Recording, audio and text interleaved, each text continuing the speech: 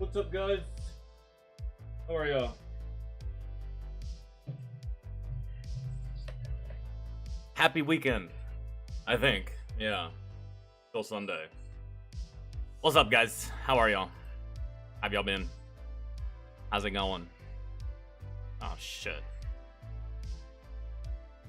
Oh, I don't know. David, Darius, Vince, it's good. How are y'all?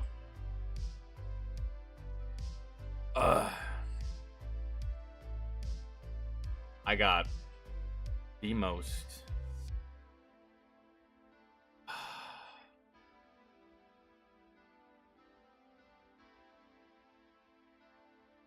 bro, I got like one of the most ear-piercing fucking headaches. Ear piercing, yeah, not even head piercing. Fucking sucks. Ugh. We gotta do it. What are we watching today? I really kind of want to watch that. Fuck, dude, I want to watch that JFK video. It's like an hour and a half. And I figure if y'all get hour and a half requests, so can I. But it's up to y'all. We can watch other shit first. And we can always wait. We can always watch that whenever. But that is something I do want to watch. In time. At some point. There's no rush.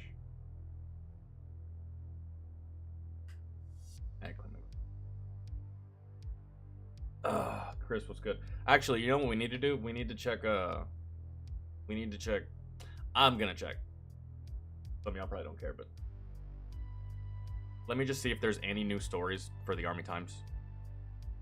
Anything new that's interesting or funny or worth looking at. I know that there was a new Angry Cops video, but I've seen that story so many times. Really. Black versus white, self-defense or murder. Oh god, I've seen that story. I've watched that movie so many times, man. I'm kind of good, really. Like, at this point,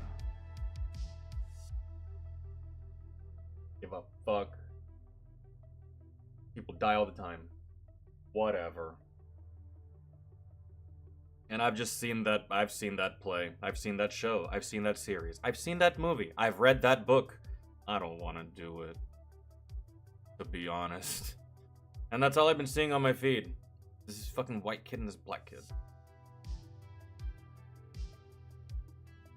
I'm just gonna do what everybody should do. Not give a shit. Oh, where is it? There it is. Huzzah.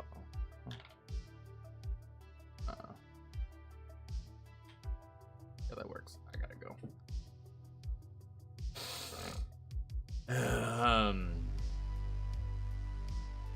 Sure.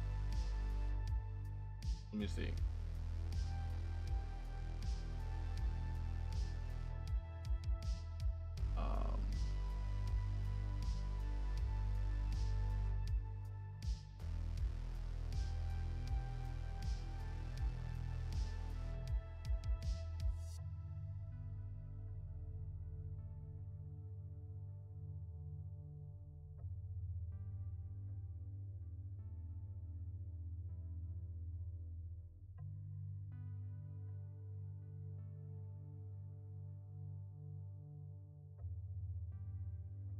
Okay, well, good. We've already seen Carlos Whitefeather Hathcock. Thank God. That's an hour and 18 minutes. That's one less thing we don't have to watch.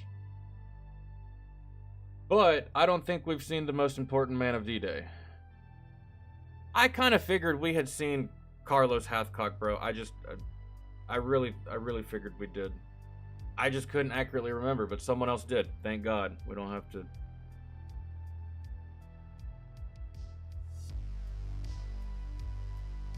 Alright. But before we get to that, Vince...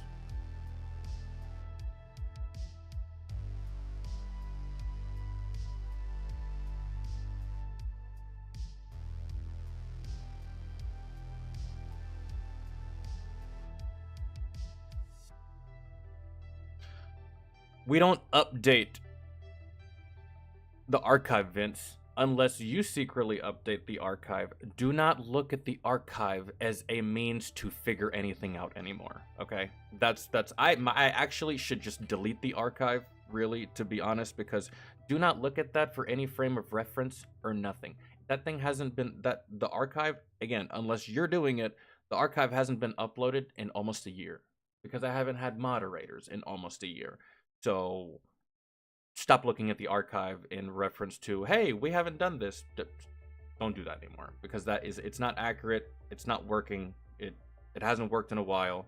So stop looking at the archive in reference to things we haven't or have done, because it's never going to be accurate. So there's probably going to be things that aren't in the archive that we have done tenfold. So, and then there's just going to be things, so yeah, just to let you know. I probably should have said that like ages ago, but I forgot.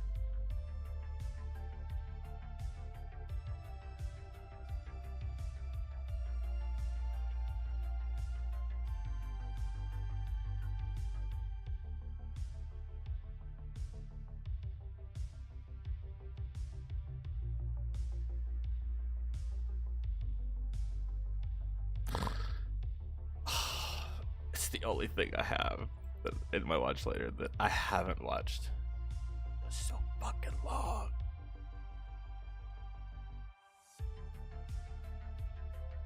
Oh yeah, this is what I was. My bad.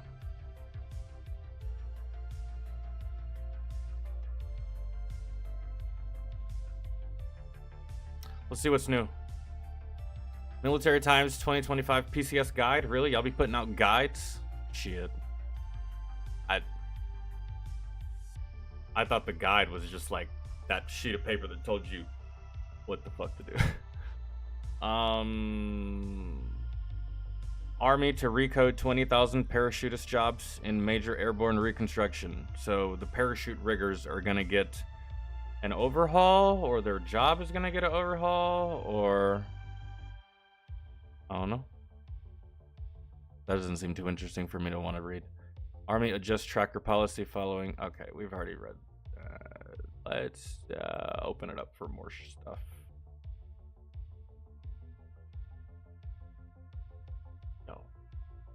Yo, Navy Federal, get the fuck out of my. Oh, okay.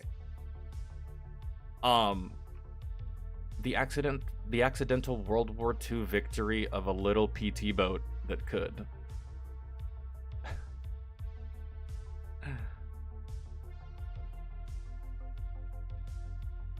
Warfare directors talk filmmaking process capturing combat realism. If you want to capture combat realism, ask actual veterans to tell you about it. Don't just go in there with your own thought of what combat is, because that's how we end up with movies like The fucking Hurt Locker, which are absolutely dog shit in every facet of every. It's bad. It's so bad. That's how we keep ending up with fucking Steven Seagal movies. Motherfucker don't know how to capture realism. Hell, that motherfucker can barely stand up. But how far will DoD take privatization on military bases? I don't even know what the fuck that means. Oh, like groceries and yeah. I don't. Vets in Congress demand answers over pregnant aviator policy reversal. What?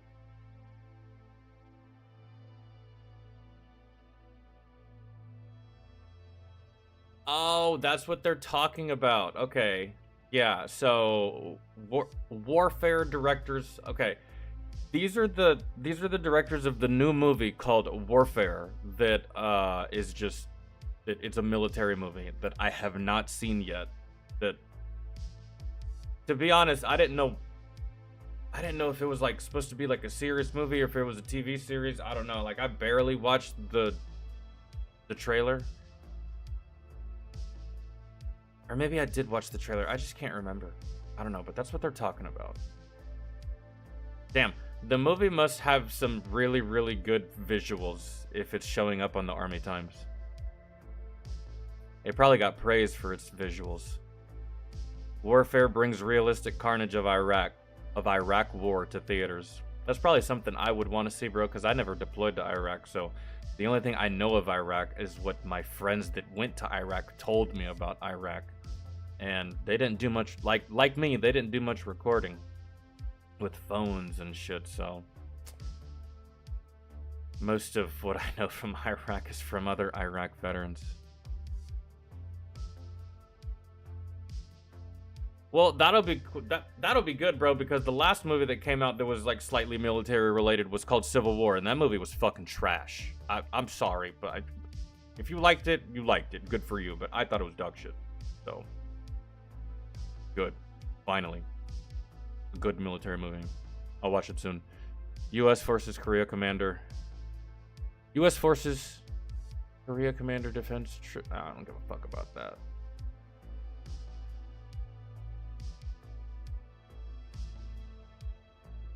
Hold on, let's sit. This sounds weird. Vets in Congress demand answers over pregnant aviator policy reversal. I don't know what the policy used to be, so let's see what it got reversed to. A coalition of female military veterans in Congress is calling on Defense Secretary Pete Hegseth to answer for an abrupt reversal of a policy change that allowed female Air Force pilots the chance to fly for more of their pregnant. No. I'm sorry. I don't think you should be in... Let me read that one more time before I actually say something. To answer for an abrupt reversal of a policy change that allowed female Air Force pilots the chance to fly for more of their pregnancy, calling the move purely political and warning that it threatened combat capability and military readiness in the already undermanned pilot community. Okay, well, I know that y'all are really good at y'all's job, but even the best male pilot, it doesn't all hinge on just him. Okay, so stop it. I hate when they do this. I hate when they say, oh, it's gonna destroy our readiness. 1 or 2 females that we bring out of the fucking sky because they're pregnant and we don't want that baby getting fucked on by G-forces. Yeah, let's ground you. I don't mind that. Holy shit, why are you even so mad? It's like pregnant women do it in the civilian sector all the time. Hell, they want to do it in the civilian sector, and here you are wanting to stay in the plane for even a longer period of time of your pregnancy. I'm sorry, but that just doesn't seem conducive to the baby. And if you can prove to me that it's not, then by all means, fly away. Right? But if it is, get the fuck out of the plane, girl. At least that's how I'm reading it. How is that even political? I think they're looking out for the fetus. Or am I wrong? In a letter sent Friday, Representative Chrissy Houlihan joined 4 veteran co-signers in asking Hegseth and Acting Air Force Secretary Gary Ashworth to explain the Air Force's reasoning for the policy change, published April 1st, with little fanfare, which bars female pilots from flying at all in the first 12 weeks of pregnancy, and bars aircrew from flying in high-performance aircrafts and planes with ejection seats at any point during a pregnancy. I can't believe we're mad about this. I can't believe that we're putting rules into place to look out for a human fetus, a brand new child into this world, and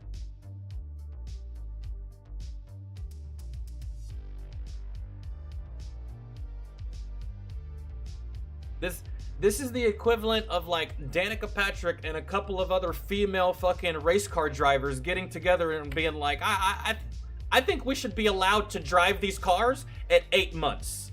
Yeah, and if you tell us that we can't drive these cars and race at 6 to 8 months of pregnancy, you're fucking bigot, you're sexist, you can't tell me how to live my life. Okay. Alright. Well, I'm not a female, and I was never pregnant, and I was in the military, and the military still told me what I was and was not allowed to do with my body. So sorry, ladies, you belong to the motherfucking government. That's just how it goes. You have no say. Sorry. That's just it. And They don't even have to give you a reason. This is the military. So, but I can't believe y'all are mad about this. Isn't that wild? Katai, what's good?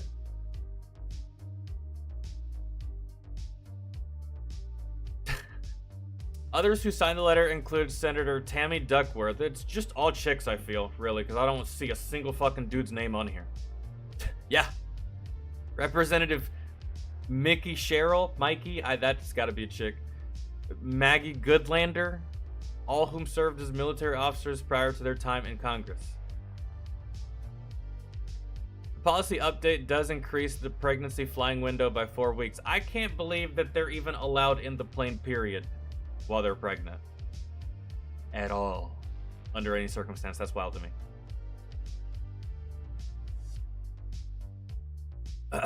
The policy update does increase the pregnancy flying window by 4 weeks, allowing flights between weeks 28 to 32. That's crazy. Which had previously been prohibited. But it also makes it much more difficult to get a waiver for the new restrictions, raising that authority from the installation flight surgeon to the major command level. Oh. Okay. Y'all can't do anything. So you could get a waiver to fly past 32 weeks as a pregnant female in one of these planes. However, the installation's flight surgeon general, his authority got raised to command level, which means that he outranks your boss. So that's who you have to ask for permission.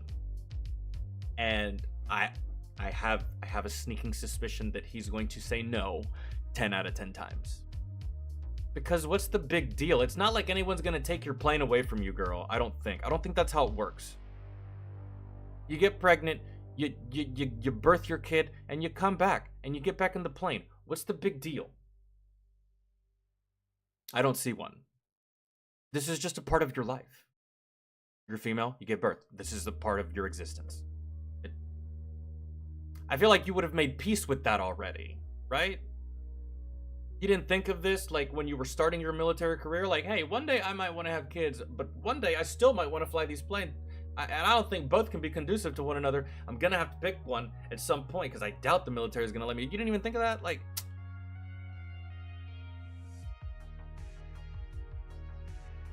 reversing the flying while pregnant policy would reinstate the penalties that Air Force aircrew and aviators faced before the policy's 2019 revisions. In 2018, over 400 Air Force aircrew members were pregnant and as a result, grounded from flying aircrafts. Naturally. Ladies, at what time in your pregnancy can you no longer fly on a plane?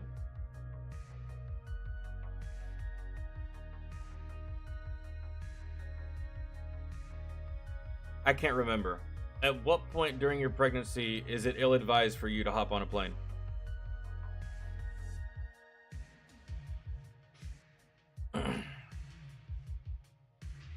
Air Force members grounded for the duration or part of their pregnancy face the loss of long-term landing instrument and other currency. Moreover, they face the possibility of being ineligible to fly for at least 12 months, including postpartum.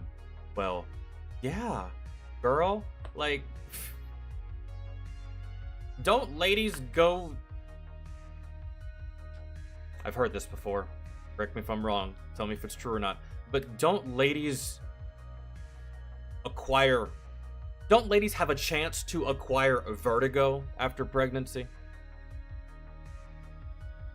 Vertigo, like loss of balance, man. Like, you fucking... Isn't that like somewhat of a common thing for ladies when they give birth? Is vertigo after they had, it's like a thing they acquire afterwards. So like, I don't know, man. I feel like you have to be 100% ready to fly that plane, and there shouldn't be any exemptions because you feel that you should be able to do it faster, or you feel that you shouldn't have this downtime, or that you feel all this stuff. Yeah, that doesn't matter. okay? Because that quarterback might feel that his leg is healed, but then you let him go out there, he gets fucked up even worse. So, do you see what I'm saying? I don't think y'all are understanding that, which is wild to me that y'all don't understand that and y'all have this job. It's kind of crazy. The length of time away from their aircraft, the lawmakers wrote, required a costly and resource-intensive flight requalification process. That's part of the job, man. That's part of being a pilot. Yes, you're going to have to requalify. You're going to have to redo all this shit. Naturally, man. I've had to requalify on vehicles all the time. You're talking about a multi-million-dollar aircraft, bro. You can't take chances.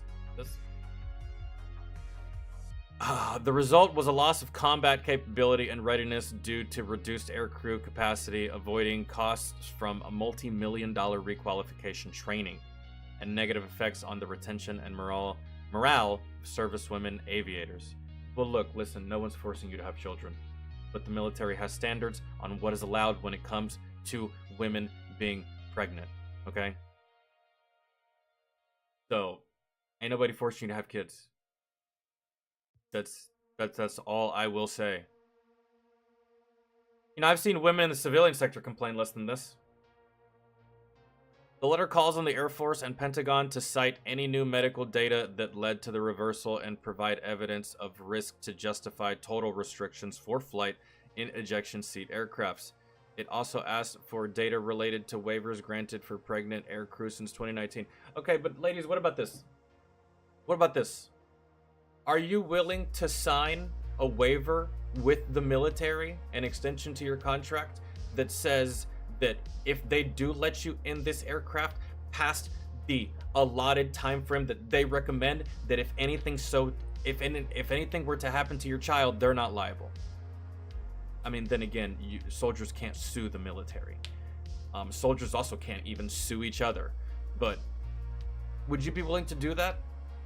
Because you really want to get into that aircraft, and you really kind of sort of want to put this kid at risk. And you said what I said.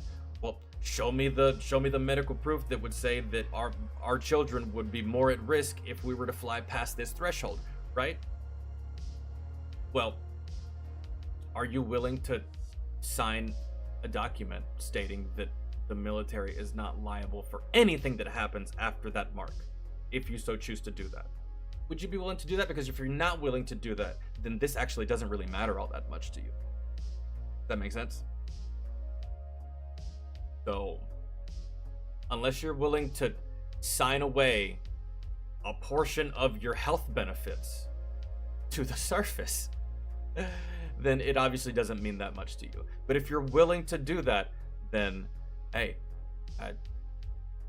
weird, but okay. As the U.S. Secretary of Defense, you have consistently emphasized the importance of combat readiness and military lethality in ensuring national security. More recently, during a Pentagon town hall, you highlighted the urgency of maintaining military readiness in the face of global threats. We are ready. Just because we're missing 3 or 4 chicks out of the sky doesn't mean that everything's just gonna crumble to the ground. Stop doing that. Stop fear-mongering. It's pissing me off. Leave that shit to CNN and fucking MSNBC and all these cocksuckers in the mainstream media. Stop doing that as service members. It's cringe, okay? If they take me, and me only, and me in particular out of the fight, that is severely going to hinder our combat readiness. Do you know how combat ready we actually are, ladies? Seriously, it all doesn't hinge on you. You're not the most important person in the fucking room. You're not even the most important player on the team.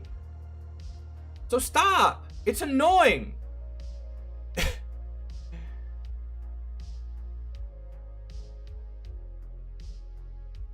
The Air Force has provided little information about how the policy change came about. In response to questions from Military Times, a spokesperson said, the Air Force Surgeon General provided a recommendation to the Air Force Chief of Staff, but could not say when the recommendation was made or how long the change had been in planning.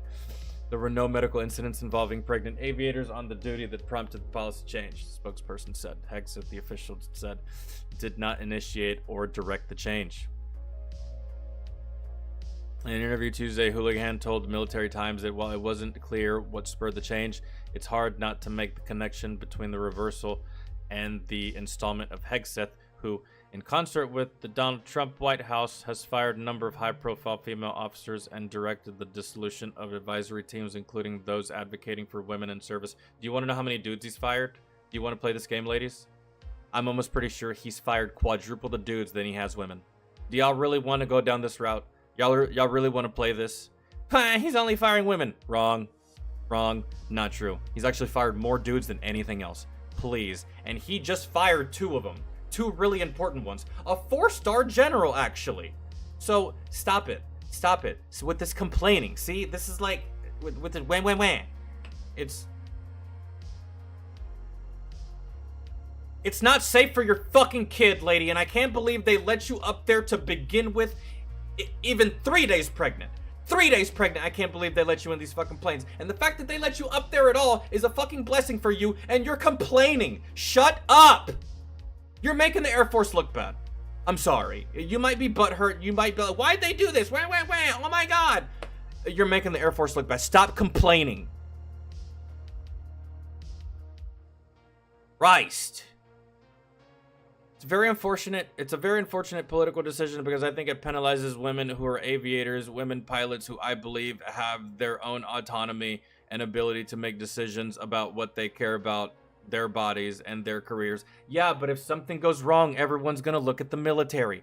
You're not looking at this the way the military looks at this. If something happens to you or that kid, they're not gonna say, oh, well, it was Mrs. Houlihan or it was Mrs. So-and-so. That was her decision. No, they're gonna be like, hey, sir, general, captain, Mr. President, what the fuck is going on? Why are these females dead? Why is that kid dead? Why did she lose her baby? That's how it's gonna go. But y'all don't think of it like that, do you? It me. No, and it's not even gonna come back to you if something happens to you. It's gonna come back to the person that fucking owns you, bro. Uncle Sam. He owns all of us. Stop it. Like, stop it. You're a number. Stop it. You think you're a girl? You think you're a female? You're not. You're a soldier. Stop it. You're green. Stop it.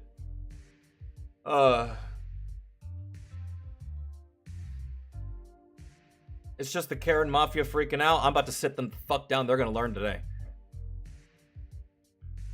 Which I feel like I already have. This is just a case of a whole bunch of whiny girls stomping their feet.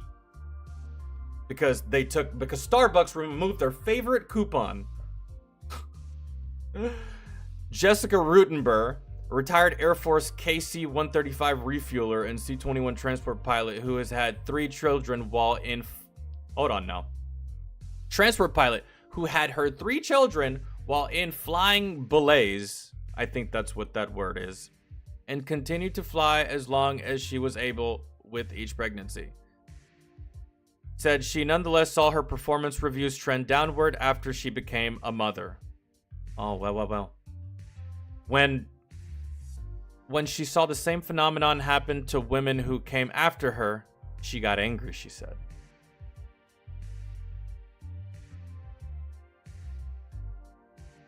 Your performance reviews trend downward? You're not blaming that on anybody, right? That's a performance review. That's your performance. Did you do good or did you do bad?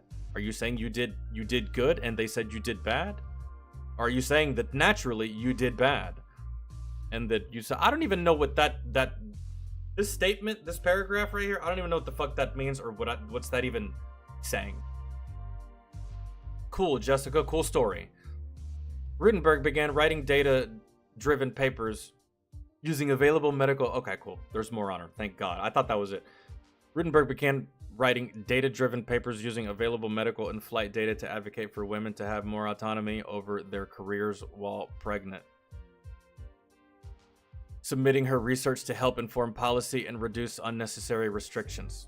Her work was behind a 2022 Air Force policy change that rolled back flight restrictions enacted in 2019, allowing women to apply for waivers to fly in the first and third trimesters and giving broad permission to fly in the second trimester in non-ejection seat aircrafts. So,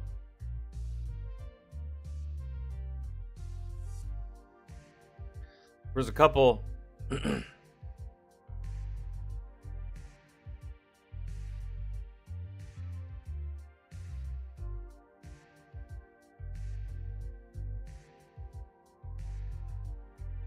I mean, I don't see a problem with that. But still. Because this says, yeah, pregnant women would be allowed to fly, but they'd be in non-ejection seat aircrafts. Basically, there's a lot of planes that the Air Force has a lot of aircrafts that don't go as fast as an F-35. They don't go as fast as an F-22. They don't go as fast as F-16, right? And cargo planes and shit like that. C-17, C-130, stuff like that. Pregnant females probably can't operate those planes. Man, they can. But an actual fighter jet, I don't think should be pregnant, period. An actual fighter jet. So, I'll roll it back, man. Really. Now that I read further, yeah, C-17s and stuff like that. I thought we were talking about specifically fighter jets, man. And in planes. But again, still though. That's a lot of stress on the body. I don't know. But hey, whatever, dude. You know what? I'll say this. Do what y'all want to do, ladies. But I swear to fucking God, the second one of you loses a child because of being in the sky, and you dare blame the service for it, man, I'm going to fucking roast you. I'm going to ruthlessly mock you into fucking oblivion. I just want y'all to know that. Do what you do. In my opinion, go ahead. Do what you do. You know what? I changed my mind. If I'm the military, I'm be like, you know what? Fine. Do it. It's still not safe. They'll never do that because they're never gonna put that much responsibility on themselves, right? Because that's essentially what they're doing. But I say go ahead and do what you do, and the second you lose a kid because of this shit, don't you dare blame the service. Because if you do, oh my God, I'm on you like ugly on ape. Because this is essentially what you want. You want to do whatever the fuck it is you want to do with your body. And some of you, if you could fly up to the day of you fucking giving birth, you probably would. And in that lies the problem. Really. Just because you can doesn't mean you should.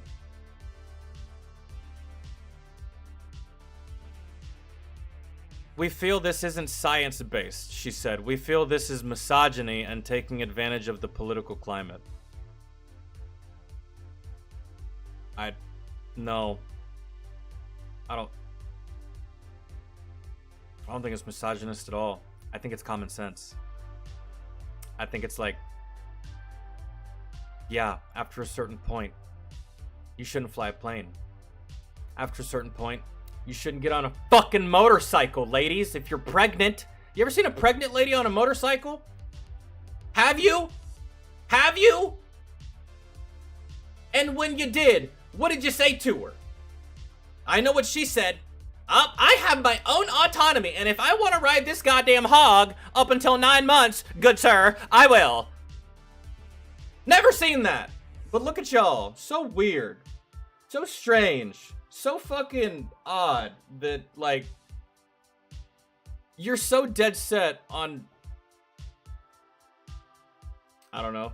Kat, what's good? How are you? Danielle Willis, who flew F-16s and T-38 trainers for the Air Force and served as Vice Director of Operations at U.S. Northern Command and North American Aerospace Defense Command, oh, NORAD, Jesus Christ, before retiring as colonel in February, said that in accordance with legacy policies, she'd been grounded from flight for the duration of each of her 2 pregnancies and the recovery that followed. Oh, would you look at that? Cool. And she flew her whole fucking career. And ended up being vice director of NORAD. Do you know how impressive of a job that is? What the fuck are we crying about, ladies? Jesus Christ. And so, when the policy came out in 2022, I was really heartened to see that we had done that, said Willis, who would later serve as advisor for a women's barrier elimination team within Air Combat Command. She said she was disappointed to see an out-of-the-blue reversal decision that was presented without new data or information to support it. You want to know what's crazy, Danielle? You want to know what's crazy? Is that my whole life, I've always operated under the assumption that pregnant women weren't even allowed in those planes because they were pregnant. Why? Because they were pregnant. For what reason? Because they were pregnant. Do you want to know? Oh my God, like, I went my whole life like that, thinking that. Not because of misogyny, Not because of the fucking patriarchy, not because of Donald Trump, but because that's what my brain did. I was just like, well, you don't really see, I don't know, fucking a pregnant lady doing Evel Knievel shit. You don't really see her on a motorcycle. You don't really see her on fucking speedboats. You don't really see her drinking. You don't really see her doing any kinds of crazy, ridiculous, dangerous shit. Why? Because she's pregnant. So in my head, naturally, as a child and as a teenager and as a growing adult and even serving time in the service, I never saw a pregnant pilot. So naturally, I thought in my head, y'all weren't even allowed to be up there while pregnant. So excuse the shit out of me if this comes as a surprise to me too.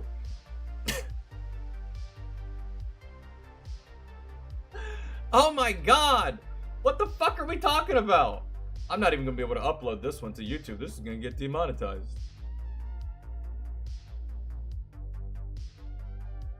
I'm sorry, and y'all keep talking about, oh, give us a medical reason. Give us a medical reason. Yeah, I'd like a medical reason too, but I don't know. How about fucking G-forces?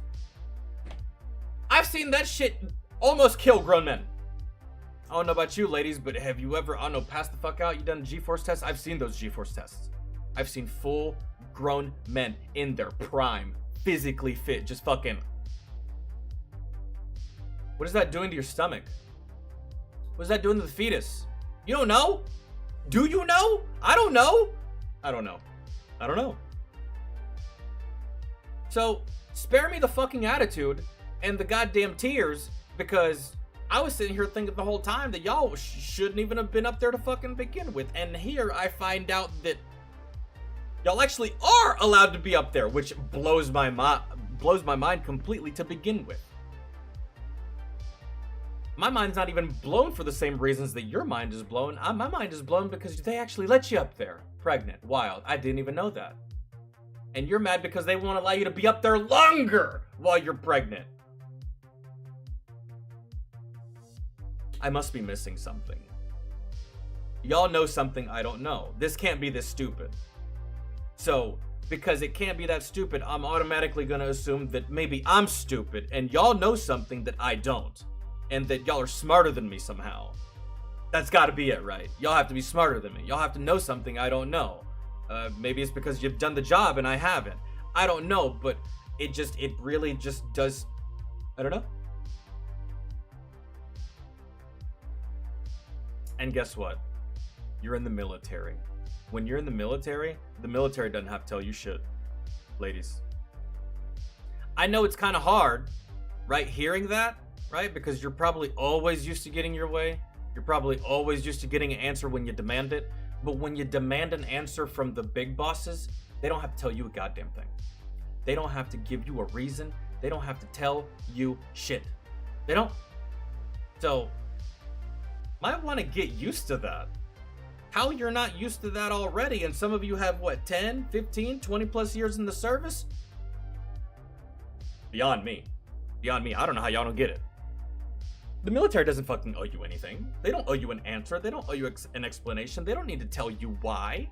Man, again, think of the military like they're your mommy and daddy. When you were a child, did your mommy and daddy give you a reason for shit? No. Just go to your fucking room and shut the fuck up. That because I said so. There you go, ladies. That's the military. I'm sorry that it took you this long to figure out how it actually works. That's how it works. It's happened to me. It's happened to other male soldiers. It's happened to other people. You're not the first one, man, that the military makes a decision. You don't like it. You ask why. They say, go fuck yourself. We don't have to tell you anything. Get used to it. That's the military. Welcome. Welcome to the military. There you go.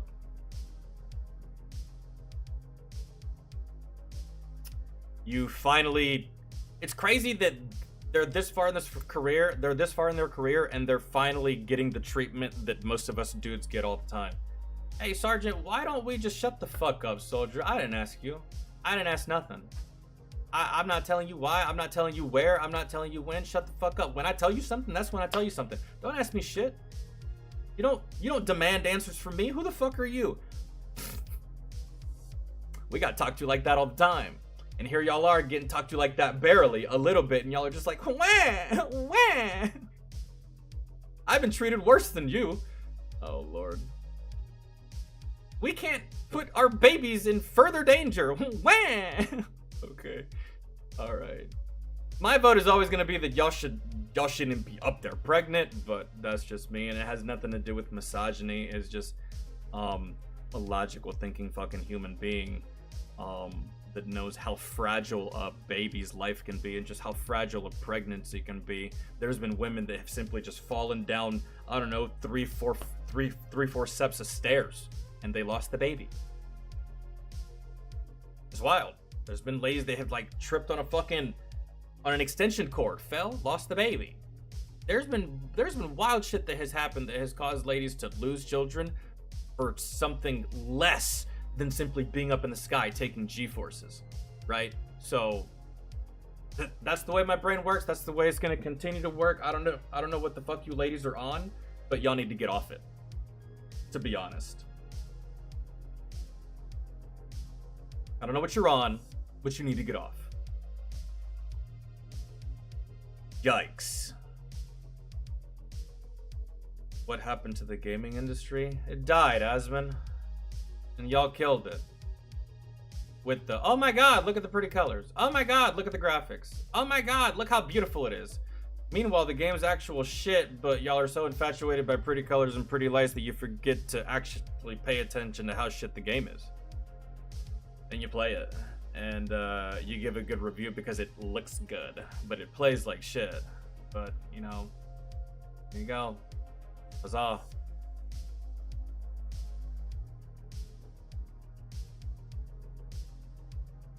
And I find it most hilarious that people are just now finding out because of Snow White just how terrible of an actress Gal Gadot is. These fuckers. They'll see any pretty face and just great actress. No, man, she's terrible. She is pretty, but I like how it took Snow White, not Wonder Woman, not Fast and the Furious, none of that. It took Snow White for everyone to realize just how terrible of an actress she is. She ain't that good.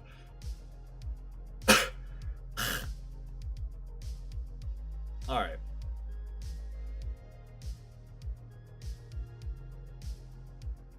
Oh yeah, true. Yes, it's AAA is ruined. And I think that's what he meant, because I don't think Asmon plays anything else. I don't know. I like Asmon. I haven't watched him in a while. Games like Warframe that no one knows about, I absolutely love. Dog. Has anybody here ever played Halo? And if you've played Halo, you know who Bungie Studios is. And if you know who Bungie is, you probably know what the game Destiny is. And if you know what the game Destiny is, and if you've ever played it, and if you've paid attention to it for even, I don't know, 10 minutes, you'll know that they're coming out with a new game called Marathon, right? And I had zero fucking hope for this game because it's Bungie, and I played D1, I played D2. I had zero hope for this game, right? And I was like, that I don't plan on watching anything about this. Well, my boy Astacross uploaded a video, and I was like, you know what? Let me just see. Let me check. Morbid curiosity. Let me just see. Well, it turns out this game is going to be an extraction shooter, and I can't tell you just how fucking much I hate that genre of game. So basically, Bungie just made my life so much easier. They basically just saved me $89. Because now I don't have to buy this game. I didn't plan on it, but if it was going to be good, then maybe I would change my mind. But nope, now that I heard what it is, bro, if I want to play an extraction shooter, I'll just go play Escape from Tarkov. I don't give a fuck about Bungie making... That's what I'm fucking talking about. It's like, bro, you chose like a really, really lame genre to make a new game in 2025? Man, like, that genre and Battle Royale is going out the window, bro. I do like me some Battle Royale. I haven't played one in a while. Battle Royales are out the window. That phase is gone. That phase is over. And Extraction, I couldn't even be fucked to play an Extraction. Call of Duty had one, Battlefield had one, and there's been other ones that I don't care. And I am not a fan of going in there with my best shit and then losing it forever to some jackass that's better than me or just outplayed me. Like, there's too much risk in that, and I fucking hate that. Like, no.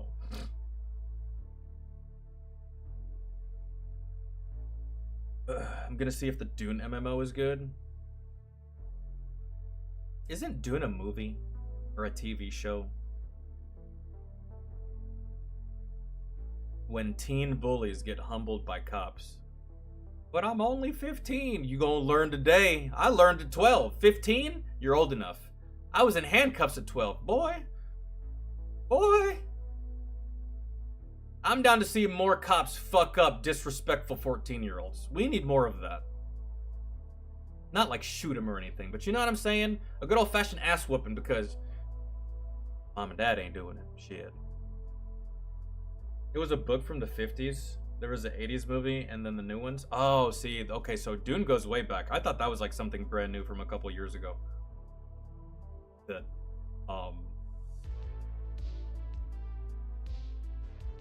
yo, what are we,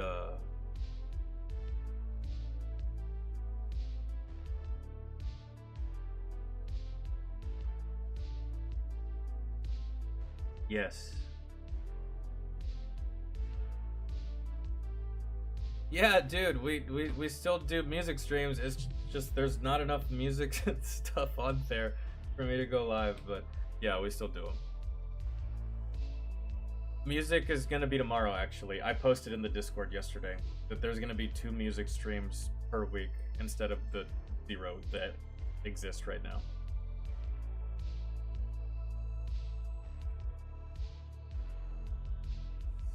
Yo, Shoemaker, what's up? I don't know. Let's see what Asmund saw. What happened to the gaming industry? What happened to the gaming industry? Was this is muted? Actually, bro, you know what happened to the gaming industry? The same thing that happened to everything else. Why was everything shit? Wokeness, bruh. Social justice warriors. Representation. Fucking LGBTQ, bro. It's just like, yeah, man. Just the woke, man. The fucking, the agendas, that shit ruined. Not just gaming, that shit infected everything. That shit was a virus and it infected everything that it touched and it just, it rotted it from the inside out. And you could tell. I mean, look at Hollywood. They can't stop doing woke shit. It's like, Is muted. Like I don't know what's really going on here. Like I will tell you, like I'll tell you the real reason why this is happening. This game is made for men. oh, it's so that's like, I think that's like the new Dragon Age game and it's showing like Assassin's Creed. I think this is like, oh bro, this Assassin's Creed is an old one. This is like Assassin's Creed. I think that's like Assassin's Creed 2 or Assassin's Creed 1. 2007. What was 2007? Was that like Syndicate or some shit? No, that was like, I played Assassin's Creed in 7. I think that was Assassin's Creed 2. Or Assassin's Creed 1. Which was a really, really amazing Assassin's Creed. When I played Assassin's Creed for the first time, I was just like, oh my god, this is one of the greatest games I've ever played. This is fucking amazing. It was so good. I had so much fun. And then 2025, you got, I think that might be Dragon Age. It's 2 girls kissing. And oh, it's just like 2 girls kissing don't do it for me. It really doesn't. Does 2 girls kissing do it for y'all? It doesn't. It really doesn't. I don't. It never has. Is muted. Like I don't know what's really going on here. Like I will tell you, like I'll tell you the real reason why this is happening. This game is made for men. This game is made for everybody. That's the problem that they got going on. People don't understand what a target audience is anymore. Like I'm sorry, like if you're playing a game and like your game is called Assassin's Creed and what you do is you run around and you stab people and kill them. Wait, is this old Assassin's Creed versus new Assassin's Creed? Is that what I'm looking at?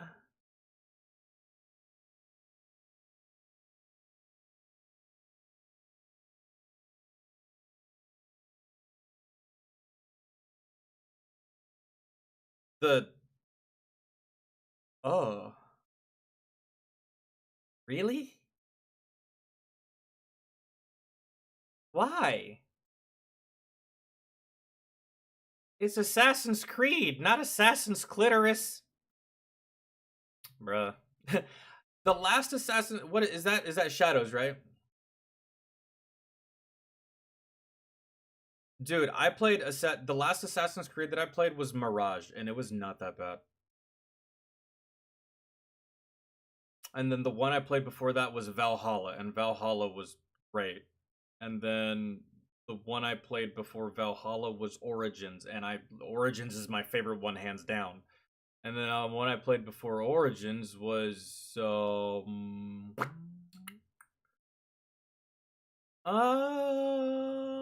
Syndicate? No. What's the Assassin's Creed in the ancient Rome? I don't think I played that. Odyssey? I didn't play Odyssey. I skipped Odyssey. Never got around to it. I was either very busy at the time or I just wasn't gaming at the time. Skipped Odyssey, never got around to that. And then before that, I think it was Syndicate. And then I think I went back and I replayed Black Flag. And then ever since I played the original first three, I've never gone back to the first three. I've never replayed those games because those games were like on, I don't know if they're on next gen now, but back when I would have considered going back to them, they were still on like, I want to say Xbox 360 or some shit. Yo, it was Odyssey.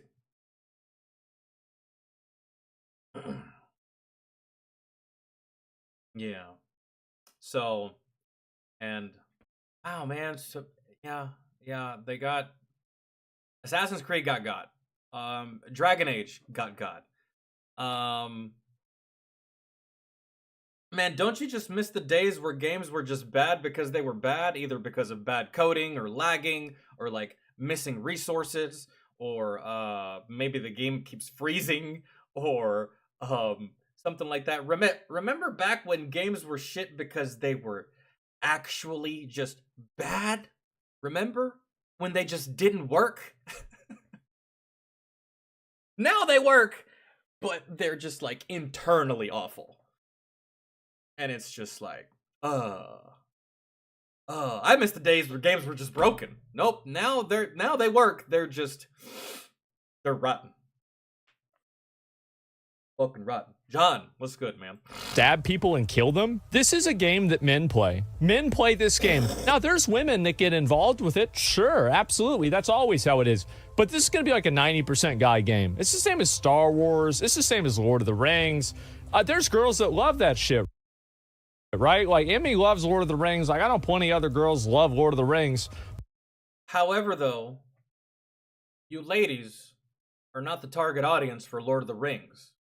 You know? Now, if they want to put something inside of Lord of the Rings to, you know, something for the... You know who does it really perfectly? Monster Hunter, bro.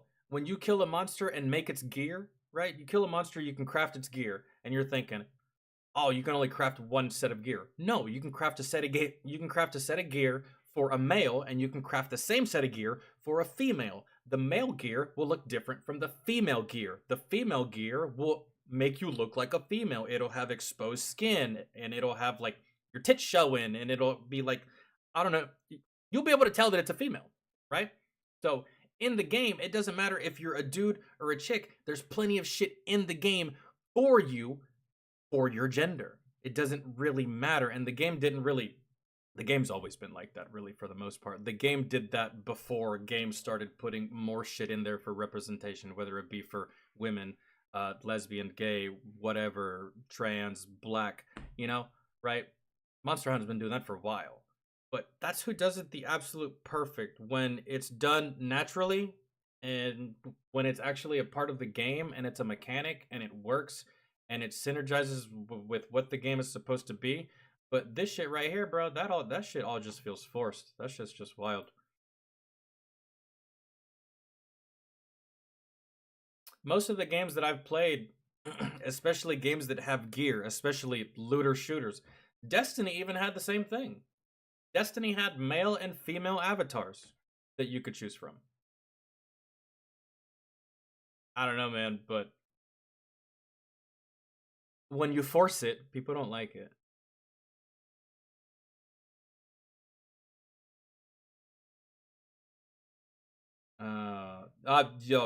DeRozier, I have no idea when tomorrow's music stream is gonna be, man. I just when I go live, I'll let you know on Discord.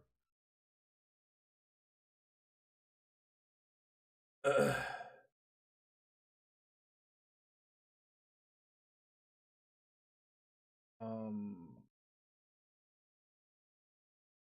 And DeRozier, if you want me to do music streams, you need to put fucking requests in the Discord, dog. Every time I look at the Discord, there's no music requests in there. So if there's no music requests in there, why the hell am I going live?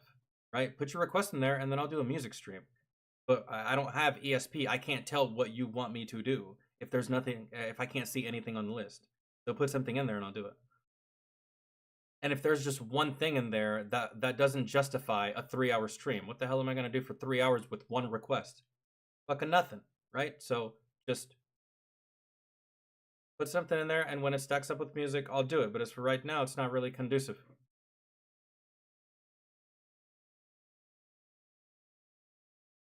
I don't even know that.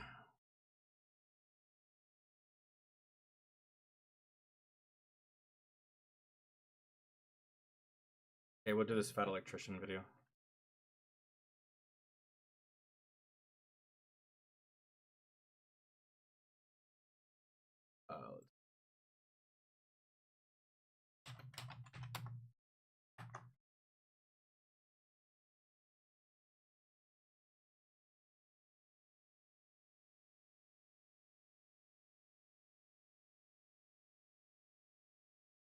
Like,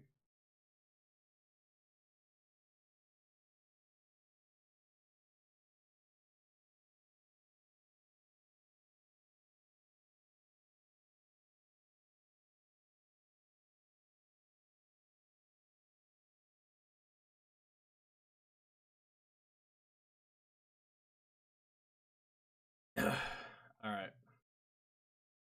What was it?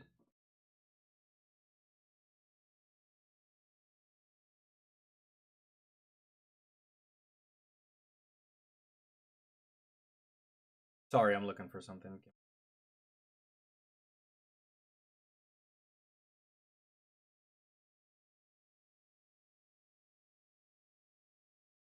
Vince, I picked the next fat electrician video, by the way.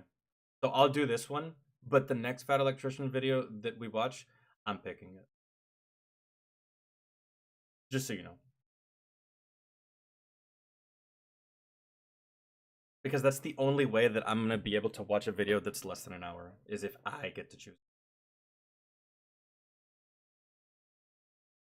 So you pick one, I pick one.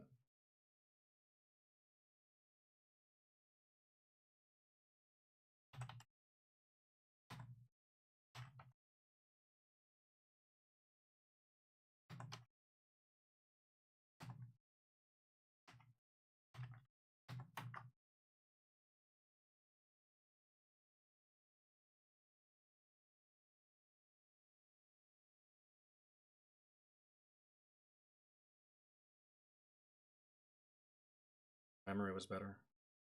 All right. Let me pull this up, and then I need to go check on my dog.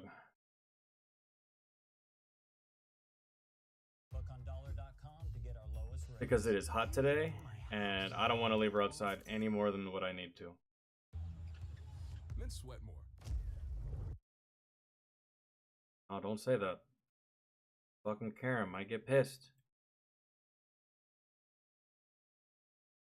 What do you mean men sweat more?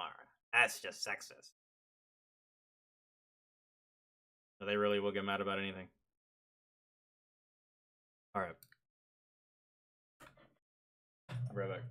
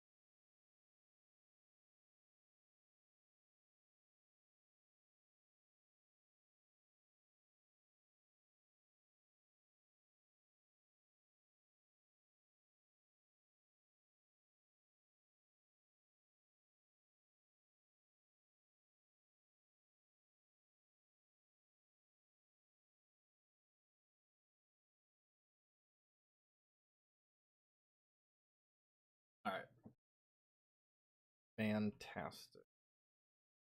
Here we go. Most important man of D-Day. All right. Got it done. That's what we're at. Who is the most important man of D-Day? If you get on the internet or you get in a history book and you ask that question, you're going to overwhelmingly be hit with the answer. It's General Eisenhower, which makes sense. He is the officer in charge of the entire operation, but that's not really what we're asking now, is it? I mean, when you have an Amazon package getting delivered, you're not exactly worried about what Jeff Bezos is up to make sure you get your package, right? You want to know where that mail carrier is. You want to know who the person is on the ground actually getting the work done. 156,000 men took to the beaches at Normandy, and all of them had an incredibly important job. Take this objective, secure that area, make sure this happens, make sure that happens. But out of all of those missions, one of them had to have been deemed the most important. What is that mission, and who is the man that went out there and got it done? That's what we're asking. Today we're talking about Leonard Lamel, aka Bud. Despite being one of the first men wounded on D-Day, he quite literally shrugged off his gunshot wound and proceeded to lead his men into combat for 3 straight days with virtually no food, no water, and no sleep to accomplish what is deemed as the most vital aspect of the D-Day assault, according to General Omar Bradley. And we're gonna get into it right after a word from our sponsor. This video is brought to you by Ridge Wallet. All right, we've talked about this before. Ridge Wallet's awesome because it helps combat a rare medical condition known as Omar Bradley being the last 5-star general, I believe. Actual.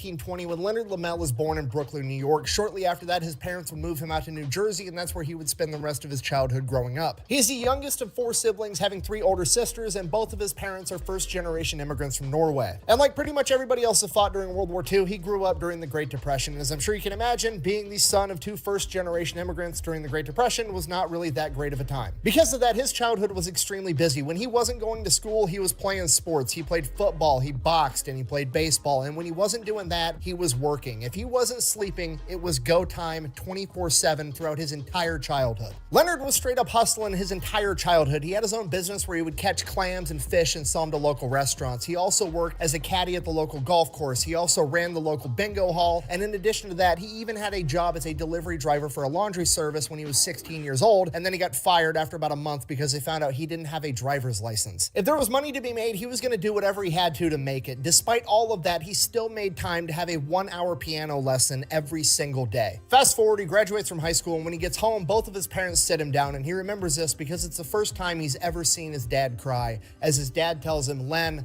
I don't have any money to help you go to college." Now, his parents are both older at this point to have a son just graduating high school. His father is 69 years old, and they have been poor his entire childhood, and he's watched his dad work his ass off the entire time. Len was not fazed by this at all. Not only did he not expect his parents to have money for him to go to college, he fully intended to go off to college, work, and send money back home to help support them. And that's exactly what he did. He went off and he applied to every single college that he could, and only one of them was willing to give him an athletic scholarship, and that was Tennessee Wesleyan College. So that's where he went to school, and then when he wasn't playing football, he was working as much as he could to send money back home to his parents. Now, while he was going to college, the draft had started, so he figures, hey, I'm probably going to end up getting drafted anyways, so I might as well go off and try to join one of the military academies, because then I get to... Bro, that was like, I wonder how wide of a sentiment that was. Well, I'm probably going to get drafted anyways. We might as well just beat him to it.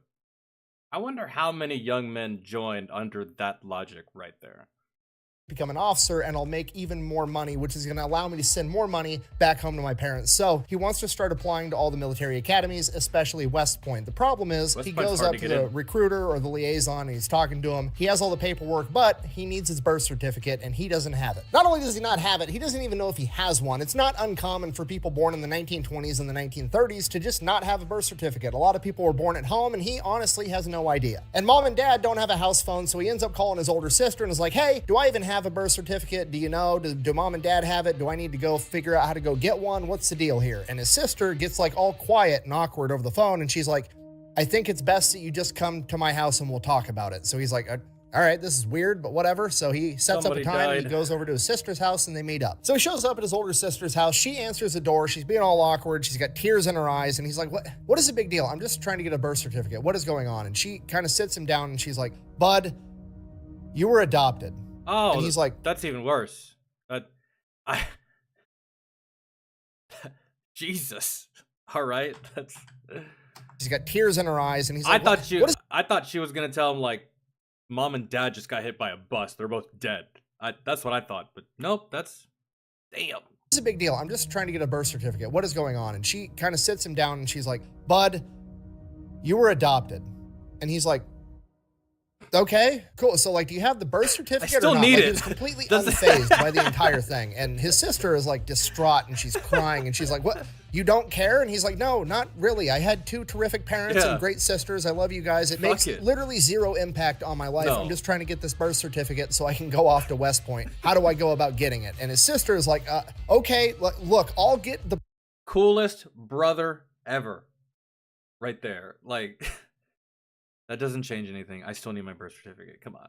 birth certificate from mom and dad. You just have to promise me that you won't let them know that you know that you're adopted, because it means a lot to them, because they really do want you to know that you're their actual son. And Bud, just completely unfazed still, is like, yeah, okay, cool, great, just get the birth certificate. I got stuff to do. Okay, great, wonderful, bye. While his sister's figuring that out, he finishes up, graduates from college in 1941, moves back home to New Jersey, where he starts working for the railroad as he starts getting the rest of the paperwork together and applying to all the military academies. And then before he can get accepted into a military I had to get with my mother about my birth certificate just a couple of fucking days ago for personal reasons. I don't know where the fuck it is. academy, he ends up getting drafted, and so that Don, kind what's of good? blows a hole in his entire plan. Oh no! No! I'm ruined! Take me out to the mountain. What is that from? Training, and he absolutely crushed. I gotta go back because I miss him. And then before he can get accepted into a military academy, he ends up getting drafted, and so that kind of blows a hole in his entire plan. Yeah, Oh no! No! I'm ruined! So Bud goes off to training, and he absolutely that crushes from? it for multiple reasons. One, that's just the type of guy that he is. If he's going to do something, he wants to do a good job at it. And for 2, he's smart. He realizes that the U.S. military is expanding rapidly, and with that rapid expansion, there's going to be a lot of opportunities for promotion. And if he's the best guy around, he's going to get that promotion. And when he gets that promotion, he's going to get more money, which means he's going to have more money to send back home to mom and dad. So not only is he just coming at this as, you know, I want to do a good job, I want to survive, this man is already competing for his family to eat food back home, which, as I'm sure you can imagine, is an entirely different level of motivation that a Yeah. lot of other recruits simply just don't have. have. Because of that, after he completes training, he goes off to his unit at the 76th Infantry Division, and he rapidly climbs the ranks. In a matter of like a year, he achieves the rank of first sergeant, which, if you don't know, is absolutely Jesus crazy. Christ. Like, by today's standards, That's impossible. It's literally impossible by today's standards.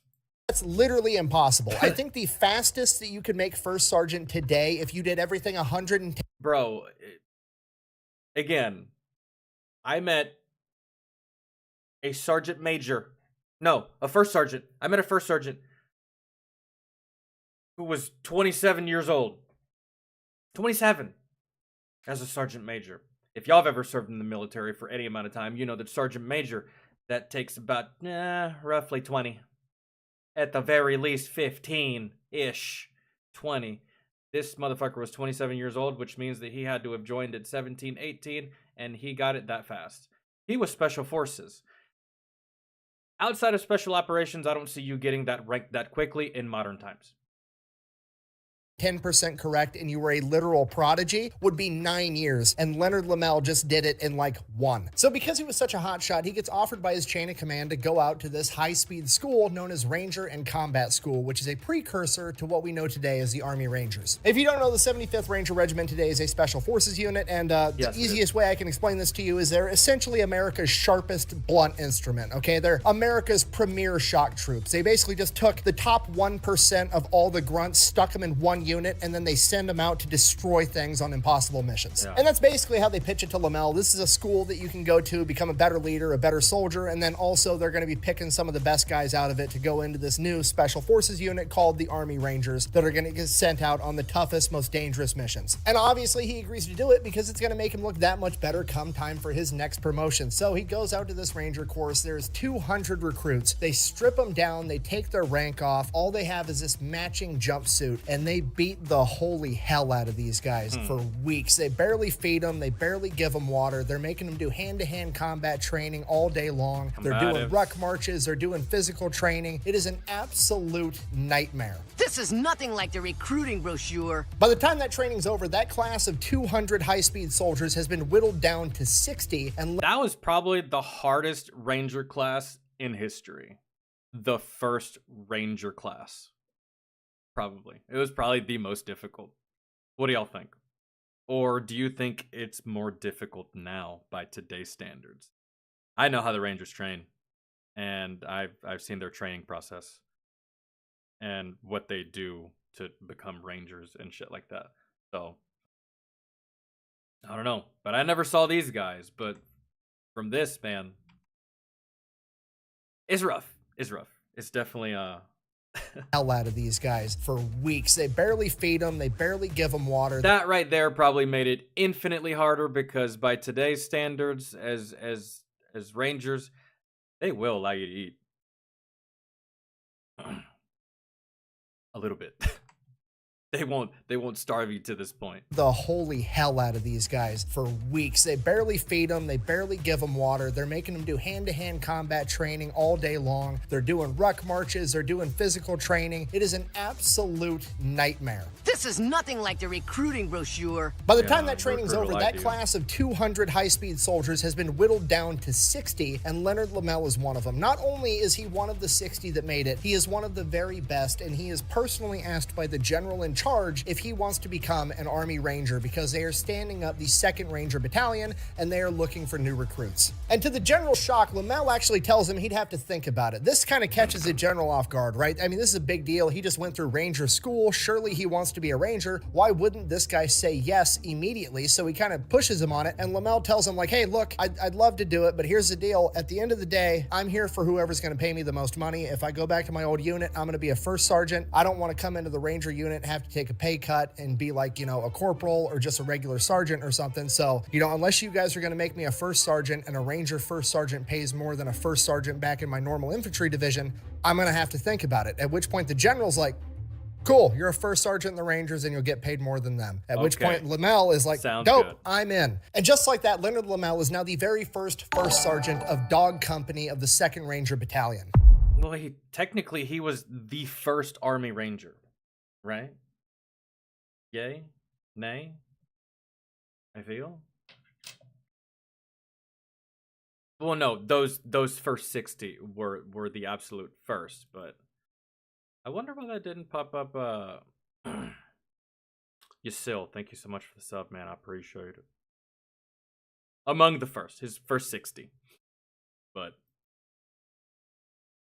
all right. He's the subject of the video, so we can just say he was the first Ranger. Taxes. What is it that Less taxing. he's literally like Captain America, first Avenger. He's the first Ranger.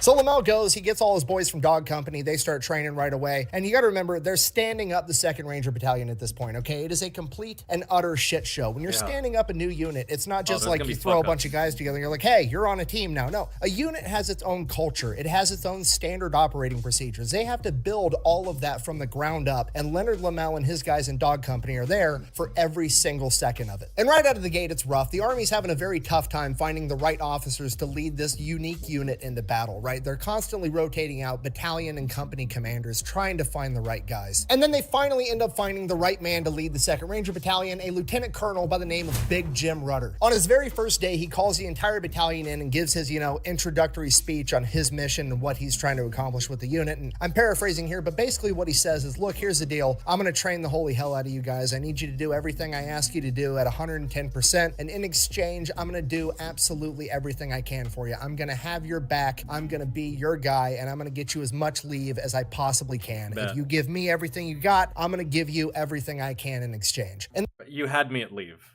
Like, let's go. that is just the beginning of the leadership clinic that Jim Rutter is about to put on. He starts having monthly gripe sessions for the entire battalion Dude, those to are air out awesome. their grievances Yeah. and what they see wrong with the battalion We- and everything going wrong around them. We did and this he's too. willing to listen to every single man under his command, even the lowest ranking private. One of the first things the But we only did it once because the conniving bitch-ass sergeant major that told us that we were allowed to speak freely ended up telling our chain of command what we said about them.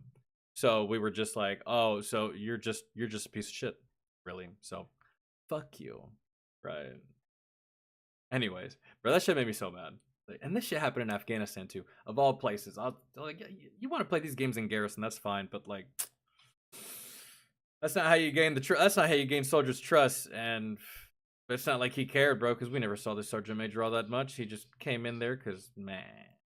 Rangers complained What's about important? was that the food wasn't very good. So Jim Rutter had the cooks sent back to cook school to relearn how to do their job. Then they came back a couple weeks later and the Rangers still said the food wasn't good enough. So Jim Rutter sent them back to school again. We'll have the spaghetti with a side salad. Okay. If the salad is on top, I send it back. On another occasion, a private at one of these gripe sessions has the balls to stand up in front of the entire battalion and say, "Sir, when I volunteered for the Rangers, I was told that every Ranger would receive a pocket watch, and I wasn't given one." Now, to us today, this seems kind of silly or petty, but you have to put this into context, right? Back in the 1940s, watches were very much considered a luxury item because they didn't have little tiny cheap digital watches that you could buy for $15 and know what time it was. The only watches around at this time were mechanical watches and more commonly automatic watches, which are the ones that are self-winding with all the little tiny gears and springs on the inside. Which I absolutely love this style of watch.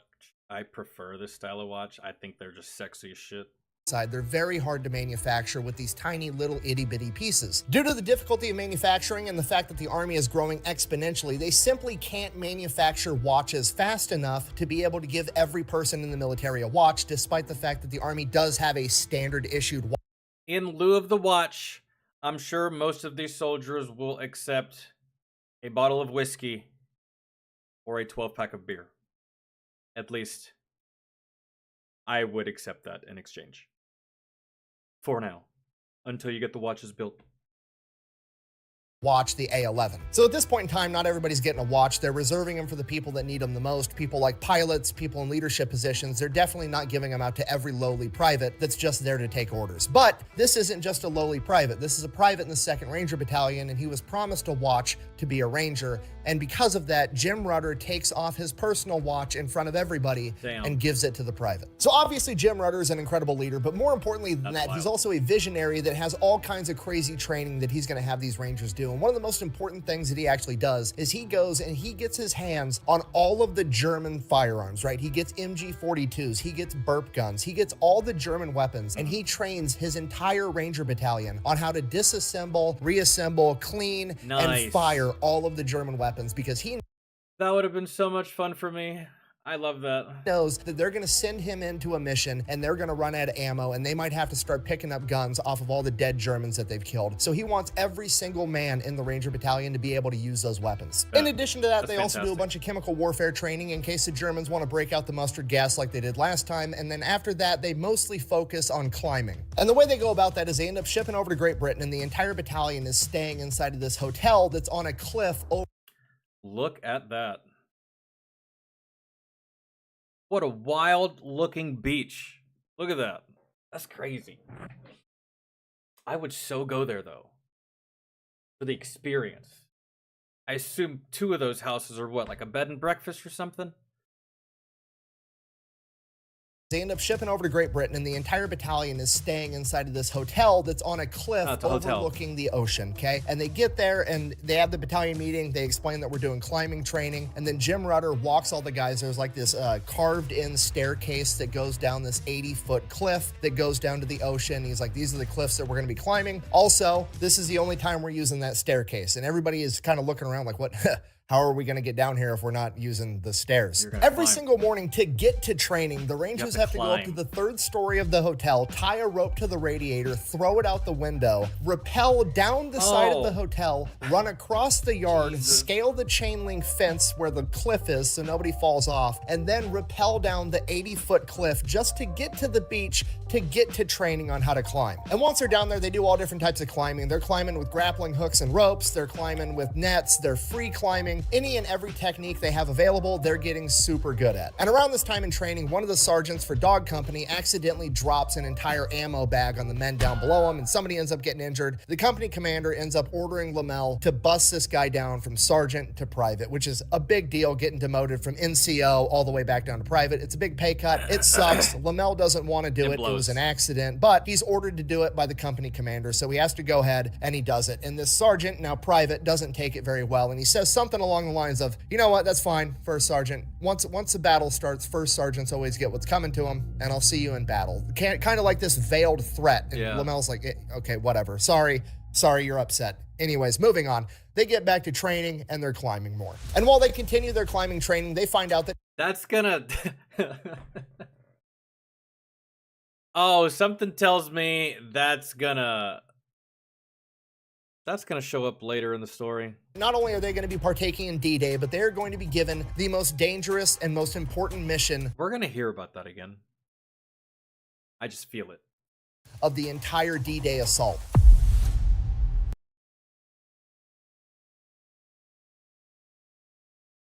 Ugh.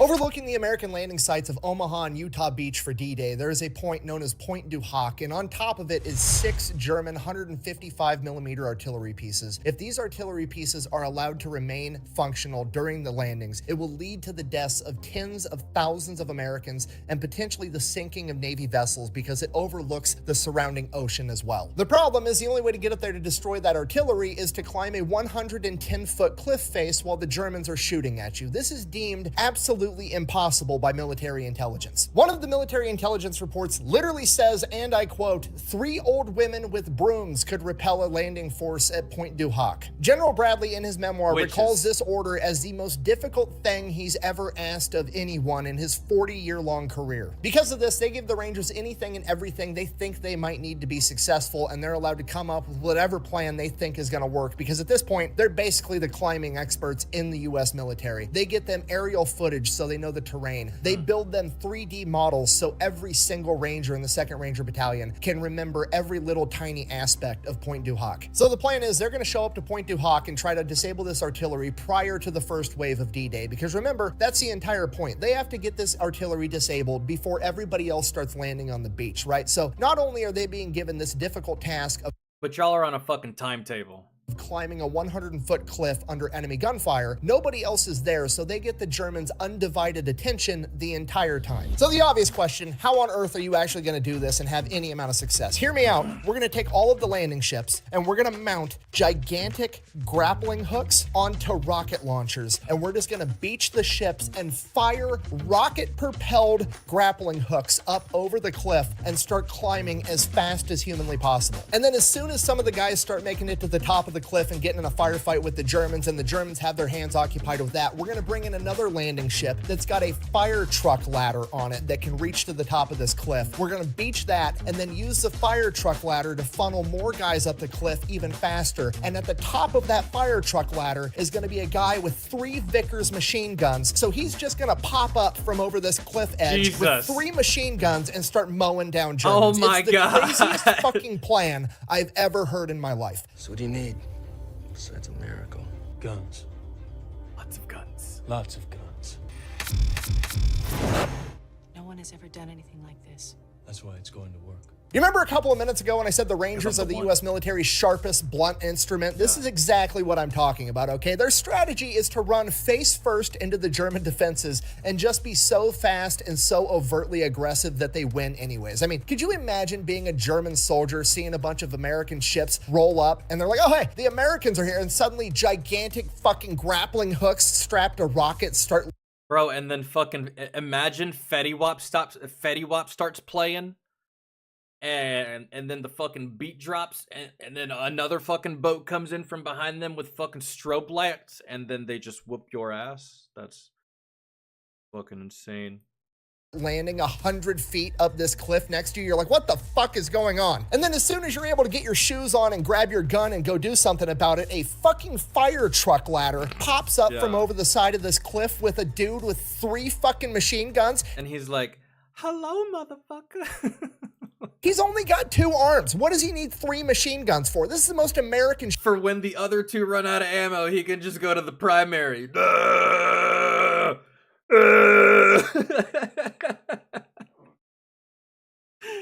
Cause 3 machine guns is always better than 2. Take that to the bank. Shit I've ever heard of in my entire life. I mean, we've all heard the expression, it's faster to switch to your sidearm than it is to reload, but we've never heard the expression, it's faster to switch to your tertiary machine gun than it is to reload your first 2 machine guns. So that's really the entire game plan, just straight up. And that really could snowball, because then you're just like, aha, a 4th machine gun, and then another private in the background, but sir, a 5th machine gun. Oh, okay, here we go. Brute force and ignorance. Hit the enemy so hard, so fast that the fight is over before they even know they're in a fight. I feel like brute force and ignorance was invented by us. Maybe. Could have been the Japanese. I don't know. One of us invented it. Because that shit...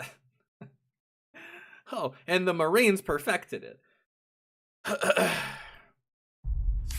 All right, D-Day, this is the part where I wish I could tell you that they rolled up, everything went according to plan, and it was quick, violent, and over. We win, hooray. But that's not what happened because it was a shit show the entire time. Here's what's going on. It's supposed to be about an hour and 20-minute boat ride in a British LCA. Think of it as like a bigger version of an American Higgins boat, and we've got the British Navy piloting these ships. And while that's going on, we've decided we're not just going to use the element of surprise. Instead, we're going to pound Point Du Hoc with aerial bombardment and naval bombardment from the USS Texas and the USS Arkansas, and then we're going to stop bombarding it right as the Rangers roll up. That way, by the time they get the courage to poke their heads out, the Rangers have already scaled the cliff. That's the plan that we're going with. And the first problem is half the Rangers have food poisoning. Last night for dinner, they gave these guys hot dogs, and one of the batches of hot dogs was tainted, and now about half the Rangers are puking inside of the LCA.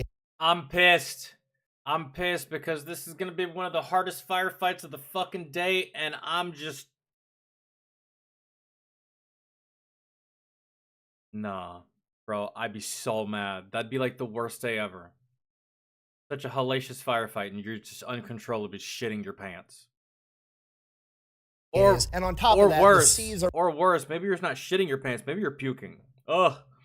Rougher than they anticipated, which is making it even worse. It's so bad that water is getting inside the ships, and Leonard Lamel literally has to order all the men in his LCA to start using their helmets as a shovel to start bucketing water out of the boat so it doesn't sink. This is supposed to be about an hour and 20-minute boat ride to get from the big ships all the way to the beach, and they're just sitting there going up and down in the seas. Dudes are sick, they're puking, they're looking over at Point Du Hoc, and it is just getting pounded by the British RAF dropping bombs and American naval gunfire hitting this point over and over and over again. It's so loud these guys can't even hear themselves think. One of them actually leans over to Leonard Lamel and screams at the top of his lungs just so Leonard could hear, "I wonder if they know we're coming." As they get closer and closer to the shore, both Lieutenant Colonel Rudder and Lamel realize that the British coxswains that are driving these boats are taking them to the wrong drop-off point. It takes a while, but they argue with the British. They're telling them they're going to the wrong spot. The British don't think they are. The Rangers are like, trust me, we've memorized every square inch of this beach. We know exactly where we're supposed to be. You need to take us over there. So they change course, but they're wasting time, right? Because they're bombarding Point Du Hoc, and they need to be able to land and start climbing that cliff the second those bombs and naval gunfire stop. As they begin making their way to the right drop-off point, the seas are so rough that some of these boats are getting so much water in them that 2 of them actually end up sinking, and the other boats have to make the hard decision to just keep pushing forward because they don't have time to stop and save these guys. Another Navy ship's gonna have to come in after them and pick them up later. And just like that, before they even hit the beach, they are already going from 225 Rangers down to 180. By the time they reach the beach at Point Du Hoc, they are 40 minutes behind schedule, meaning that the bombardment has ended 40 minutes ago, and the Nazis have had about 30 minutes to regroup and get ready for this attack that they know is coming. This is already catastrophic to the success of this mission, but there's nothing. You lost the element of surprise. Well, there was never an element of surprise to begin with. But as far as the Rangers are concerned, they did lose their element of surprise. They can do but keep pushing forward because they can't do it a different day. There's 156,000 other men that are about to hit the beaches, and if they don't take out these guns, they are going to get bombarded with 155 millimeter artillery fire. And to make things worse, because the Rangers are 40 minutes behind schedule, it means this is like one of those instances where you're playing a video game, bro, and you just can't pause. You can't hit the pause button. You can't go backwards. You can't do anything. You have to fight this motherfucker. Got about 20 minutes to scale a 110-foot cliff under enemy gunfire, get up there, fight the enemy, and destroy the artillery before everybody else starts landing on the beach. Let's go to work. Lamel's boat is one of the first ones to beach itself. They drop the door. He goes running out first. He's going to lead his men into combat. He's supposed to be in about ankle deep water. He takes one step and sinks. He's completely consumed by the water. In hindsight, he thinks that one of the bombs from the RAF missed its target and created a crater right where the water line is. It filled with water, and that's what he was sucked into. But his men end up pulling him out, and as soon as his men get him pulled out, he gets shot in the back. He was like, that's the biggest goddamn puddle I've ever stepped in. That sucks. And Lamel, having been shot and almost drowned in the matter of a couple of seconds, doesn't really know what happened, so he turns around thinking that he'd been shot, and the first person that he sees is that private that had threatened him. I'll see you in combat, First Sergeant. His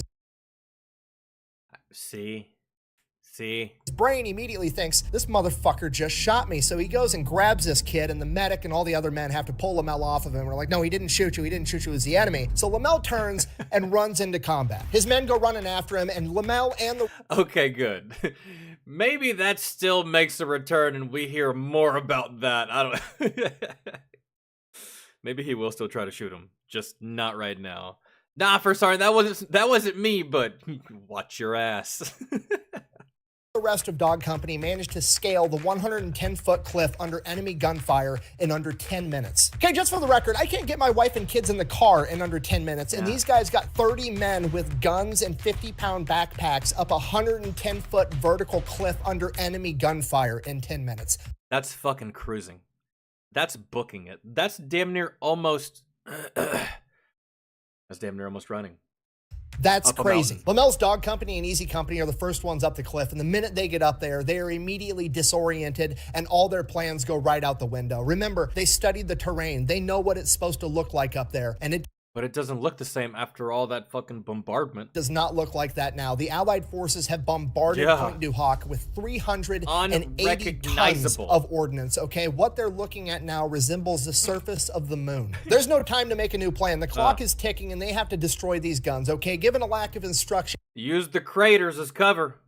That's all you can do. And you have to resort to destruction. All of the Rangers proceed to dive into one of these massive craters from a bomb. They said these craters were so big that they could easily fit 15 to 20 men. Half the men in the crater pop up and start returning fire to the Germans, giving cover for the other half of the men to jump to the next nearest crater. Then they begin returning fire so that the other half can catch up to them, and they begin using bounding or leapfrogging to go all the way to where one of these guns are. They can see the massive... That would be a fun firefight, I'll tell you what. Crater hopping, firefight, pop up, shoot, cover fire, move to another crater, cover fire, move, shoot, cover fire. That would be a fun firefight.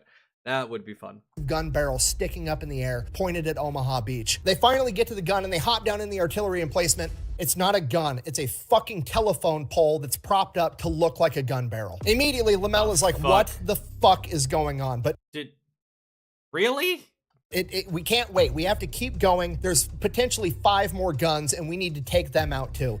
Bro, imagine, oh my god, imagine that what Allied forces thought were artillery is fucking nothing. Hold on. Hop down in the artillery emplacement. It's not a gun. It's a fucking telephone pole that's propped up to look like a gun barrel. Immediately, Lamel is like, what the fuck is going on? But we can't wait. We have to keep going. There's potentially 5 more guns, and we need to take them out too. I think that's 5 telephone poles that we're gonna find. So they begin bounding again to the next gun. It's a telephone pole. The next gun. It's a telephone pole.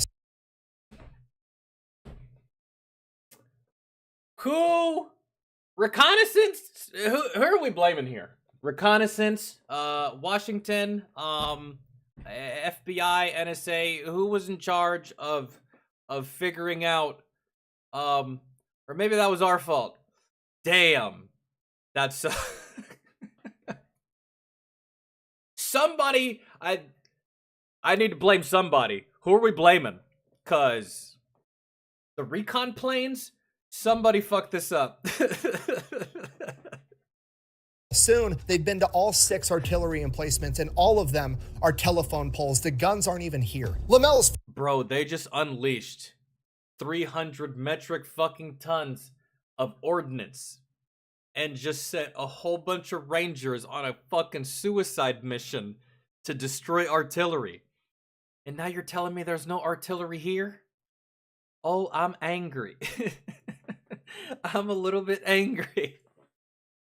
Furious. He's got steam coming out of his ears. Was all this for nothing? Were the guns ever here? Was this just a clever ploy by the Germans and the US military intelligence fell for it? Did he just risk his life and all the lives of his men for literally no reason at all? And as Lamel's trying to figure out what to do next, there's this underground fortress that they didn't even tell him was there. They just found it. So Easy Company ends up going in. They're going to clear out the fortress while the rest of Dog Company goes and tries to find these guns. And if they can't find the guns, they're going to go to the road. At the very least, try to find some fucking Germans to kill, man. Shit, something. Fucking something. Try to find something to shoot at. Don't let this be a waste. Back behind Point du Hoc and try to hold it to prevent German reinforcements from going to Omaha and Utah Beach. So Easy and Dog Company split up. Dog Company heads out to go defend this road. And I mean, at this point, you kind of own this whole area, though. If you think about it, you bombarded it. Ain't nobody there. It's no man's land at this point. Y'all have already fended off what you needed to fend off. Technically, this whole territory belongs to you. So yeah. Basically, just dig in and protect it. As they're making their way there, Lamel notices a set of ruts in one of the roads.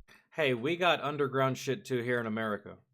Did you know that we have like a whole bunch of like tons upon tons upon tons of cheese underground in bunkers? And I'm sure that there's tunnels that lead to these bunkers, but yeah. Roads, like something really heavy drove through. A lot of cheese, like something about back in the 60s or something. There's a big thing with cheese. Can't remember the story particularly. When the ground was wet. He wants to go investigate, but also he can't. He's literally accomplished nothing so far, and he has to go defend this road and prevent reinforcements. He has to do something to help the guys out on the beach. So what he decides to do is he's going to send the rest of his company to go defend that road. They all know what they're doing. He grabs his best buddy, Jack Kuhn, and him and Jack are going to go investigate these ruts real quick. It's probably nothing, but he has to know. So Lamel and Jack take off running, following these ruts, and after about a mile, it actually leads to all 6 of the German guns. I told you I would find. I'm sorry, hold on. Probably nothing, but he has to know. So Lamel and Jack take off running, following these ruts, and after about a mile, it actually leads to all 6 of the German guns. I told you I would find you. Now, they don't know this at the time, but the reasons the Germans moved the guns to an alternate location was because all of the Allied bombing raids that took place prior to Normandy had orders that they weren't allowed to come back to Great Britain and land if they still had bombs. If they had bombs left after their mission, they were ordered to drop those bombs in the English Channel, or they could drop them on any German military installation they could find along the way. And as it would have it, by sheer coincidence, most of the time, the last German military installation before going into the English Channel was Point du Hoc. So it had been getting pounded for weeks and months by just random bombs at random times. And because of that, the Germans realized that they needed to move the guns to an alternate location. So basically, we were bombing a territory that had already been in the process of being bombed months in advance. That's why they moved the guns. Because they were like, if we leave these here, all these planes are just going to inadvertently fuck our shit up. So yeah, let's move it. And American intelligence had no idea that they had been moved, and also had no idea that this was going on. And the American and Allied forces had no idea. Yep. From there, the Germans were planning on having the men in the underground tunnel network at Point du Hoc be able to call back targeting information to the further back guns, and they'd still be able to fire on all the beaches. And the only reason these guns aren't firing at this exact moment is because Easy Company is down in that fortress fighting the Germans. And apparently the Germans that are supposed to be manning these guns haven't heard anything yet, because they're... I bet you that's a crazy firefight, bro. In the tunnels. That's... Oof. And these probably aren't caves. They're probably actually functionally built tunnels with like brick cement and shit. And these guns aren't firing at this exact moment is because Easy Company is down in that fortress fighting the Germans. And apparently the Germans that are supposed to be manning these guns haven't heard anything yet because they're still back 50 yards away dicking off at their little camp, leaving the guns completely unmanned. So they both sneak up to these gun emplacements and Lamel tells Jack, hey, give me your thermite grenade, keep your gun pointed on those guys over there. If they start coming towards us, light them up and that'll be my signal to hop out of the hole and we'll try to run off back to Dog Company. So Jack postures up with his gun pointed at the Germans off in the distance. Lamel hops down in the hole. He starts using these thermite grenades. Now, it's a grenade, but it doesn't go boom. It's not loud. It just burns at 4,000 degrees. And he takes one of these grenades, shoves it down the first gun barrel, goes to the next one, shoves another thermite grenade down that gun barrel. He's out of thermite grenades. Every ranger was only issued one. He knows he's going to have to go back and get more thermite grenades and come back to destroy these guns, but he can't leave 4 guns perfectly operational. Anything could happen between now and then. So what he does is he takes his field coat off, wraps it around the buttstock of his rifle, and uses it to quietly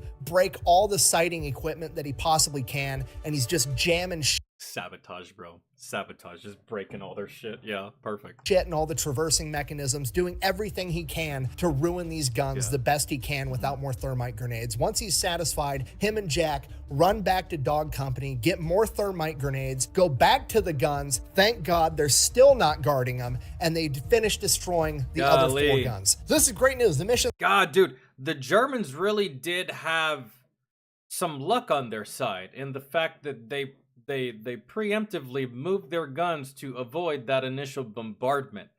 And man, had they just had some wits about them and been smarter and maybe paid more attention, then they could have really taken advantage of that. They could have really fucked up this Ranger Battalion. They could have really fucked up that beach. They really could have fucked up this whole operation and sent the Americans packing with a L. Instead, damn. Accomplished. Now Dog Company just has to go hold this road for 24 hours until they get hit with reinforcements from Omaha and Utah Beach. As they're walking back to Dog Company, Jack kind of looks over at Lamel and is like, you know, it's probably a good thing we didn't get in a firefight back there. I've only got 1 magazine of ammunition. At which point Lamel is like, what? Why? He's like, I don't know. I lost it at some point during, you know, all the climbing and running around from bomb crater to bomb crater. So yeah, I've only had like, you know, 15 bullets on me this entire time. And he's like, why didn't you ask me for some? And Jack's like, I don't know. I didn't think about it. Yep. I knew that was going to be the answer. I didn't think about it because that would have... Actually, no, Lamel, I did think about it a lot. That was like one of my biggest fears all the time, was actually running out of ammo. And 15 rounds left, bro. You're black on ammo. Fuck. Regardless, they make their way back over to the road to link back up with Dog Company. When they get there, Dog Company is in the middle of a firefight. Dog Company's on one side of the road, hiding in some foxholes or a ditch or whatever. On the other side of the road, there's a house and a German machine gun nest that they're having this firefight with. Lamel gets in there, figures out what's going on. Basically, his entire company is planning on just bum rushing a German machine gun nest, and he's like, well, hold on. He's feeling pretty good at this time, right? I mean, he took out those guns basically by himself. He's got that main character energy flowing. He's like, all right, here's the deal. You guys stay here, hand me that bazooka, arm the charge in the back. I'll take care of this. So they arm the charge in the back, hand him the bazooka. He goes running up, pops up out of the ditch with the bazooka, aims at the machine gun nest. They start returning fire. Lamel fires a bazooka. Click. His guys didn't arm the bazooka round the right way. So he almost gets shot, ducks back down into the ditch. Well, that was kind of it's only going to work once strategy, so we can't really replicate that now. So no, nonsense. You just move to a different position. That's it. You never peek back up from the same position. That is how you get got. Just move somewhere else. Or just have some cover fire in that direction, and then you peek out from another position with the bazooka again. You can try this again. Obviously, the element of surprise is gone, but, you know... It looks like we are going to bum rush this machine gun position. So he starts getting his guys ready, and he's like counting down, and one of his guys just like jumps the gun, like 1, 2, and he jumps up and goes to run. Germans open up with machine gun fire. He stumbles back into the trench and ends up landing on one of the other Rangers' bayonets on his thigh. So now he's another guy down just from him being a dumbass. My man, like, bro, you never, this is like, okay, so 1, 2, 3. Oh, hold on. Are we going on 3 or are we going on go? We go on go, man. Are you sure? Because if we go on 3, technically that would be the time to go. We wouldn't have to go on. Just go on fucking go, man. Okay, all right, just making sure we got. That's that guy right there, and it's just like, oh man, you just make it so hard. So they get that guy bandaged up, leave him in the trench, and the rest of them go assault this machine gun nest, take it out. Now they've secured the road. From there, Lamel's got like 12 guys left. He picks his 2 fastest guys and instructs them to run back to Pointe du Hoc, taking separate routes. That way, if one of them get caught, the other one should, in theory, still make it back and deliver the message to Lieutenant Colonel Rudder. Mission accomplished. We've destroyed the guns, and I desperately need reinforcements up to hold this. And I need more magazines. Lamel, you need more ammo. Road. Luckily, both men end up making it back to Rudder. They deliver the message. He's super happy about it. The problem is all of the Rangers' communication equipment got damaged with all the water from the beach landing. In addition to that, they asked for more reinforcements to be able to hold Pointe du Hoc and secure the road. Unfortunately, something tells me that y'all got denied that. Unfortunately, there aren't any. What the Rangers have now is all they're gonna get. So Rudder sends Lamel's guys back to him with the message, hold until duly relieved. Not exactly what Lamel wanted to hear, but it's what we gotta do. So him and his men are just hiding, waiting to ambush anybody that's going to reinforce the beach. Luckily, after a couple of hours, more Rangers show up, about 50, 60 guys, and they line up along the road too. The Rangers are now spread out, covering about 300 to 400 yards of this road. About an hour later, an entire German battalion attacks, but they attack all the way on the other end of the Ranger formation. Lamel and Dog Company are the furthest away from it, so Lamel orders his men to hold their fire and not give up their position. That way, they're there to surprise them in case they try to flank the other Rangers. The Rangers repel the attack fairly quickly, which tells Lamel he definitely made the right decision because that was just testing them. They wanted to know how many Rangers were there,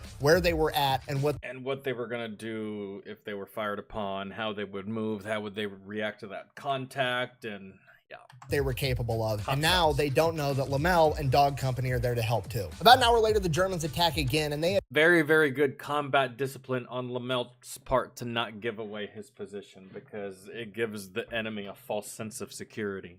Attack so hard, so quick that they end up fracturing the Ranger line, and the other 2 companies are forced to retreat. And by the time Lamel gets word that they're retreating, the Germans are already behind him, and he's completely cut off. So with the rest of the Rangers being driven back and Lamel and Dog Company being the only ones left behind enemy lines to guard this road, that's exactly what they're going to do. They're going to continue to guard the road to prevent reinforcements from making it to the beach because that's what the mission is. Back at Pointe du Hoc with the rest of the 2nd Ranger Battalion, they are boxed in on 3 sides by the Germans, and they have the ocean to their back. They have nowhere to go, and they are just stuck there trying to survive. Rudder finally comes to the realization that Dog Company has more than likely been killed in action since they didn't make it back with everybody else. So with that in mind and needing to keep himself from being overrun, he calls for naval gunfire into the enemy lines, which is actually where Lamel and Dog Company are. The USS Texas begins bombarding that exact area. For the next 2 days, the Rangers at Pointe du Hoc fight for their survival while Lamel and Dog Company are stuck behind enemy lines, guarding the road while the USS Texas is constantly bombarding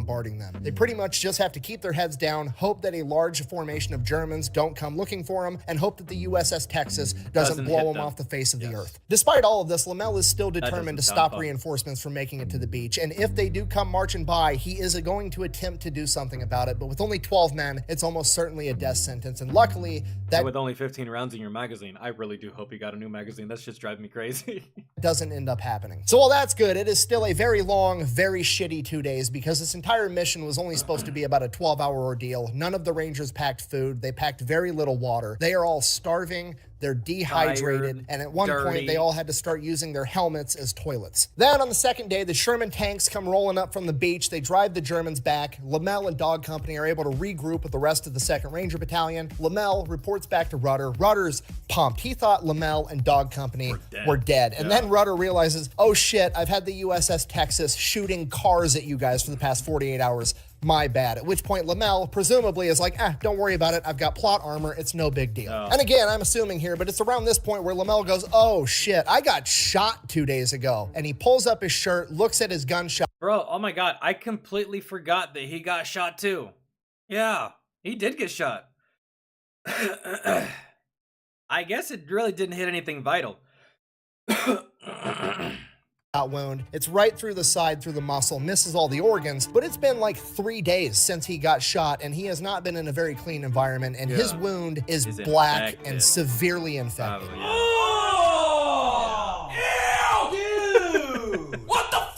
Lamel immediately gets loaded up on a boat, sent out to a hospital ship. On the hospital ship, the surgeon is like, that's too much for me to handle. What what are those guys watching? Is it like, it's gotta be Two Girls, One Cup, right?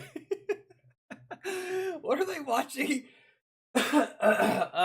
Here, and he gets sent back to Britain. While at Britain, Lamel undergoes surgery, gets treated with antibiotics after he's... Dude, Steel Rain, it really is.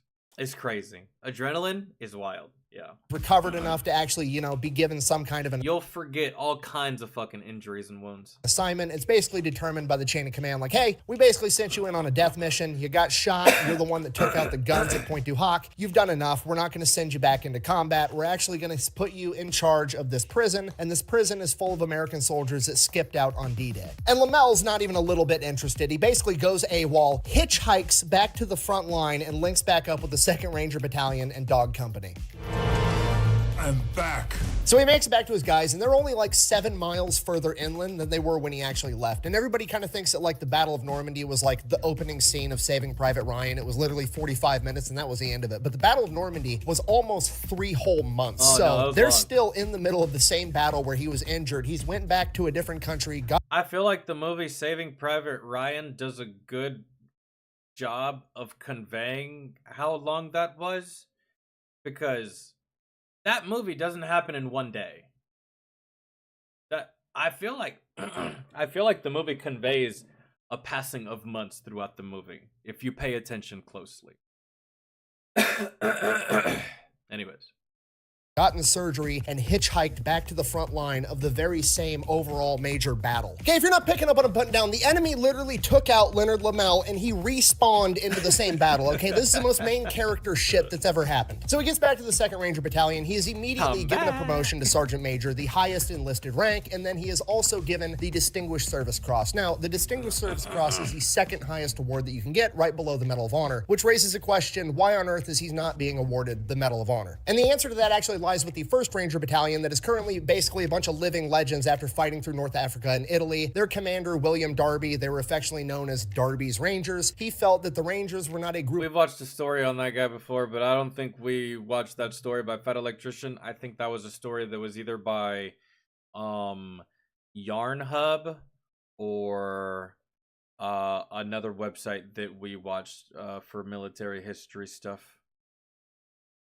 Group of individuals that fought on the battlefield together, but they were one singular entity because that's how tight-knit their team was. So with that sentiment in mind, he kind of declared that Rangers weren't really eligible for the Medal of Honor because they didn't feel that one man should be honored, the entire unit should be honored. So on one hand, that's kind of cool, but on the other hand, it's kind of silly because he still allowed the Rangers to get every other singular individual awarded medal under the sun, including the Distinguished Service Cross, Silver Stars, Bronze Stars. So like, why not let him get the Medal of Honor as well? Just seems kind of silly. And Lieutenant Colonel Rudder actually kind of agreed with me, and because of that, when he... But hey, I mean, if that's the sentiment and someone wanted to honor that sentiment for a unit, like, okay, fine, we won't give anybody the Medal of Honor then if that's how you feel. I can live with that. It's just when a politician says no, he can't have it. That's when I get irritated. But if that's the case, that's the case. Whatever, man. I mean, hey, you were the original Ranger Battalion, and you were one of the original Rangers. So, if you want to make some rules as being a Sergeant Major, man, make those rules. Pinned the Distinguished Service Cross on Lamel's chest. True, that's what unit citations are for. But you know what I'm saying? I'm more willing to live with this than I am with some fucking bureaucrat being like, nah. There's no way he did all of that, right? Because that's usually the case for a lot of stuff when it comes to Medal of Honor recipients and why it takes so long, because there's a whole bunch of people that have no concept of service that are just like, there's no way he killed 118 people. I don't believe it. No, we're not doing the Medal of Honor for him. It's like, no, he actually did. It just because that's not a possibility for your lifetime ever doesn't mean he couldn't do it, so. He told him, and I quote, "This is your Medal of Honor." From here, the Rangers are going out on missions, a couple of skirmishes here and there. They end up going to the Battle of Brest. There's this hilltop that nobody else can take called Hill 63. They send the Rangers in. Rangers take over the entire thing. They control the hill until the battle at Brest is over. They've won that. After that battle, Lamel gets another promotion, and he gets a battlefield commission to 2nd Lieutenant. Man, imagine we started fighting wars like that, where we just did like a King of the Hill style battle. Whoever takes this, we designate a hill on neutral territory, and this one hill. This is what you fight over, man. And whoever takes this hill wins the war. Naturally, combat's not that simple. Not when you inject. I hate to say it again, when you inject politicians, but becoming an officer. From here, the Rangers get sent over to a place called the Hertzgen Forest. Very, very dense forest, and it holds virtually no strategic advantage to the Allies, but for some reason, the Germans really seem to think it's important, so the Americans are just going to fight them for it. They don't even know why. And here's a kicker and sad/ironic part, but the Germans are actually... I don't like fighting for those types of reasons. Well, they really care about it, so let's fight them over it because, well, they really care about it. What if that was a decoy and they're just getting you to give a fuck about something that is useless? Like those fucking those artillery telephone poles, you know what I'm saying? I've never been a fan of that kind of logic. Well, they think it's really, well, I mean, it just depends. The more intelligence that you do and blah blah blah. But just like taking it blindly like that, well, they think it's important, so let's focus on it. Well, you should probably do a little bit more investigating before you like do that all the way and just like go balls deep into this endeavor. But running on the exact same logic. They also have no need for the Hertzgen Forest, and they don't know why they're fighting there. The only reason they're showing up and fighting so hard. This is true. And the last video we watched yesterday at Steel Rain, we tried to deny the enemy nice things, but we weren't allowed. We just weren't allowed to win. That's what it was. Is because the Americans are showing up there and fighting so hard. So they think the Americans want it for some type of strategic advantage, and they have no idea why either. So literally both sides of this are fighting for land, and neither side knows why they're fighting for it. I think they want it. And the other side's like, I think they want it really bad, so yeah, we're going to fight over it. And hopefully we beat them so we can figure out why they want it. Now imagine the winner prevails, only to find out they didn't want this for anything. The fuck are we? Extremely deadly battle are just operating on, I don't know what you're up to, but fuck you, I'm not going to allow it. What? Fuck you. Fuck you! Fuck you! So Lamel and the Rangers end up showing up, and he's thinking video. in his head, like, okay, I'm an officer now. They're going to send us into battle. I'm going to go take the hard objective, whatever that is. We're going to win. Hooray. But the leadership doesn't really understand how to use the Rangers or know how to use them yet. So they just end up putting them out on the line and tell them to hold this ground and don't let the Germans through. And Lamel's pissed about this. Yeah, because you could be using the Rangers for so much more than just, I don't know, being security guards. They're fucking Rangers. But again, they're brand new, and no one really knows about these guys what we know about these guys now, today, right? All this time through history. Yeah, dude, if you have a problem, these are the dudes you throw at a really difficult problem. Like, did you not see the fucking hill they just climbed? Like, it's crazy. Because A, this isn't how Rangers are supposed to be used, and B, this job absolutely sucks. You got to remember, it's like October 1944 it's over cold. in like the Belgium, Germany area, As okay? fuck. It's super cold, and all these guys are doing is basically hiding in their foxholes, freezing their asses off all day. So this goes on for like a month, just being cold, having the Germans drop artillery on top of them, and then after a month, on seemingly a random day, they get orders to move out. They've got some dangerous mission they're supposed to go on. There's a town called Bergstein, and right next to that town is this gigantic hill known as Castle Hill by the Germans, but the Americans call it Hill 400 because it is 400 meters high. Hill 400 is the high ground of the Hertzgen Forest, and it is the reason that they're not making any headway in this battle because the Germans can see everything and they just call in artillery on top of them anytime they try to move forces forward. So the American forces have to take this hill in this town. The problem is every time they move an infantry regiment in, they just get beat back and nobody can seem to penetrate and take over this town and this hill. The last American unit that tried had just over 5,000 men and tanks, and they failed. So now they're going to send in the 2nd Ranger Battalion with approximately 500 men. Lamel, his guys at Dog Company and F Company are going to be responsible for taking the hill, and all the other Ranger companies are going to be taking Bergstein. They spend the first 2 days sending out patrols, finding every single German machine gun nest and fortification, and after they know where every single German is, they launch a surgical attack, and they're able to capture... I was going to say, you're going to want to do this quietly, man, and it would probably be best to not bring in any vehicles either, because vehicles are loud. And for this type of, at least my thinking, like my plan of attack for this would be to creep up as close to the base, if not as close up to the top of the mountain as I can without being seen, right? And then at one random time, probably either early in the morning or late at night, I just send in a full-scale attack all the way around. So basically have the entire Ranger battalion surround the mountain and creep as close as humanly possible until you just launch full scale. If you get close enough, you can launch an attack to where they're not going to be ready for it. But the problem with the attacks back in the day is they were being launched from far away, and they would just see it because they have the high ground. Nah, you just be quiet. Be like a ninja. Be like water. They spend the first 2 days sending out patrols, finding every single German machine gun nest and fortification, and after they know where every single German is, they launch a surgical attack, and they're able to capture both Bergstein and the hill in an hour and a half. Good lord. Holy. That's impressive as fuck. An hour and a half to cap what was seemingly an impossible... But the problem is both Dog and Fox company commanders got killed during this attack, and now Lamel is the only officer on the hill, and he is in charge of everything. So now Oof. That's rough.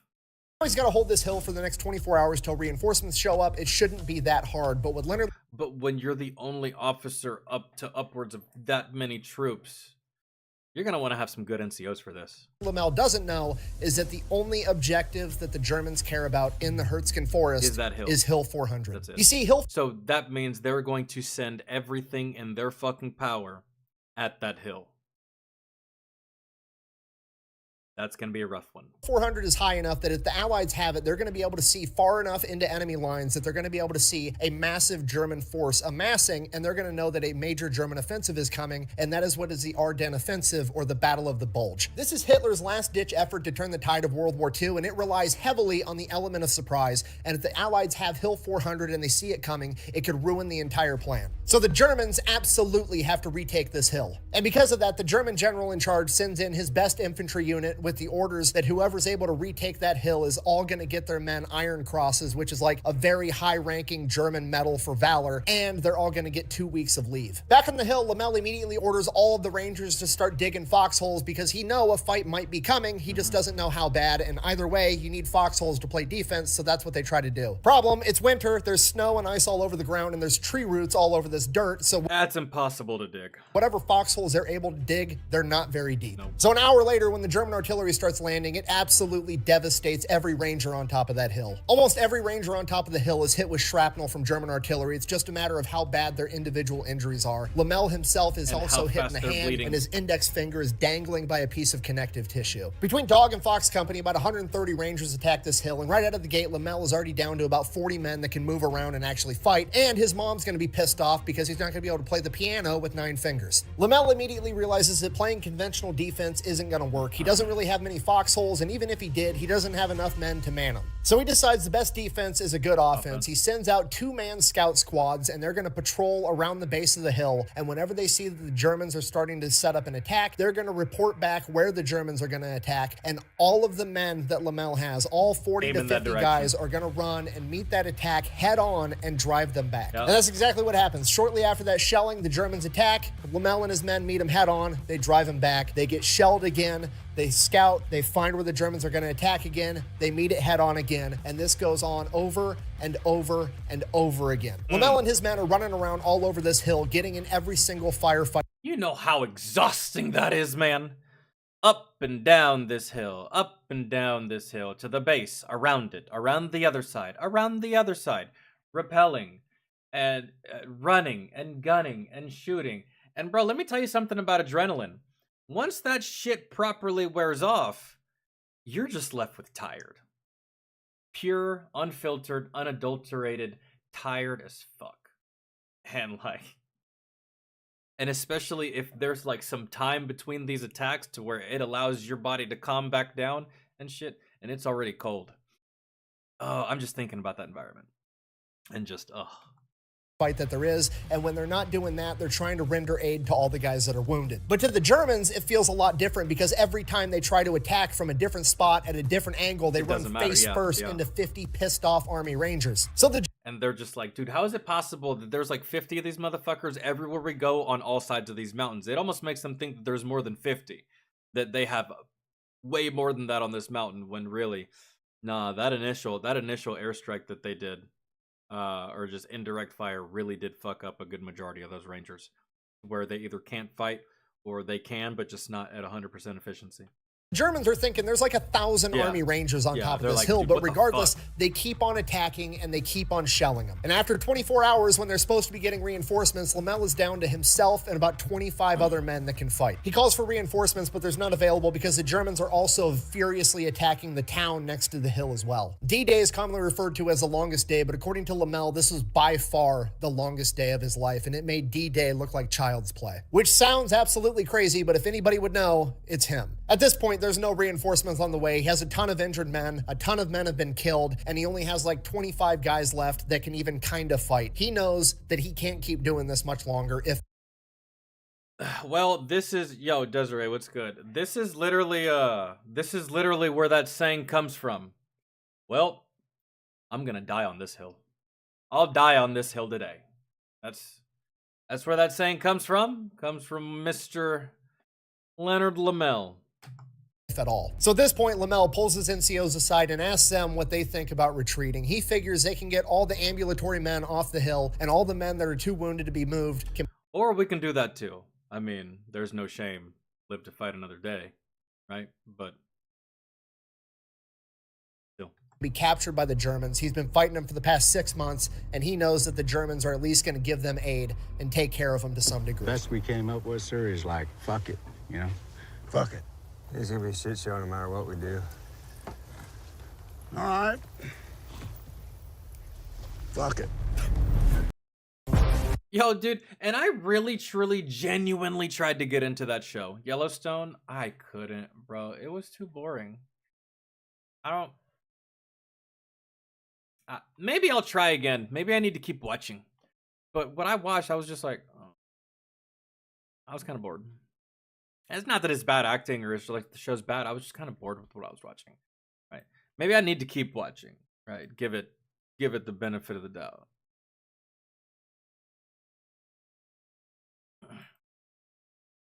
All right.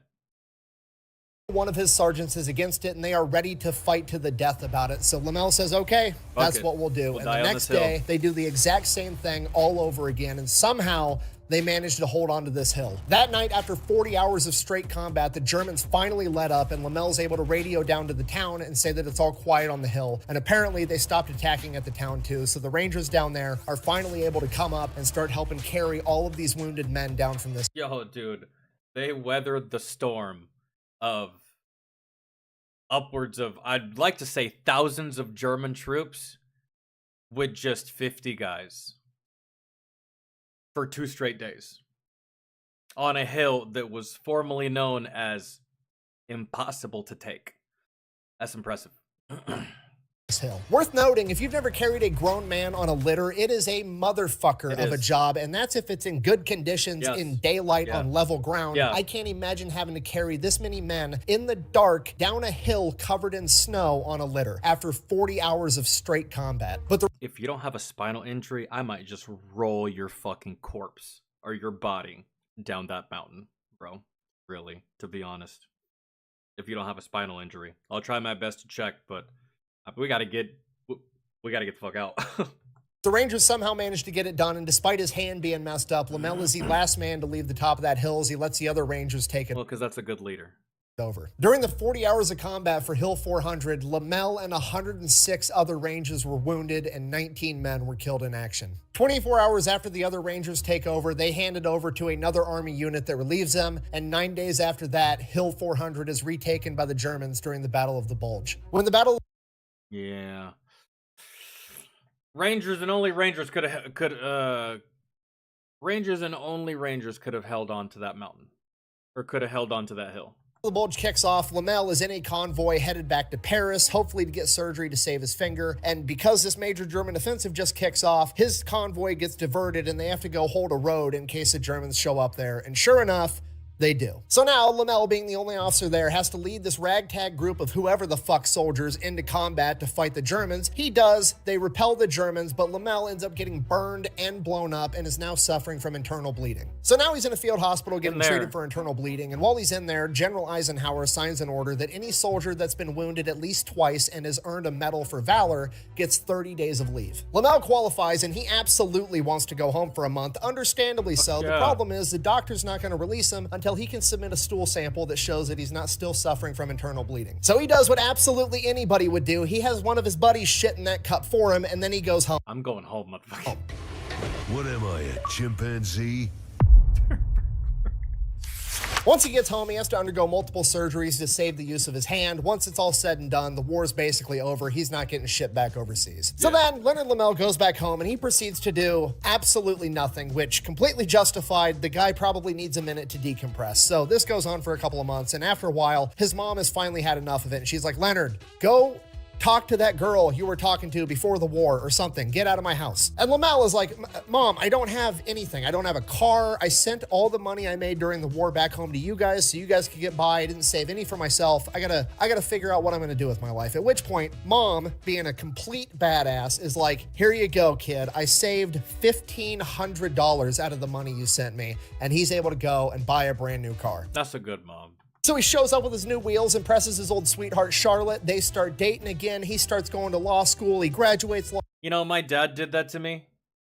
Whenever I joined the military, he managed my bank accounts whenever I was in the service.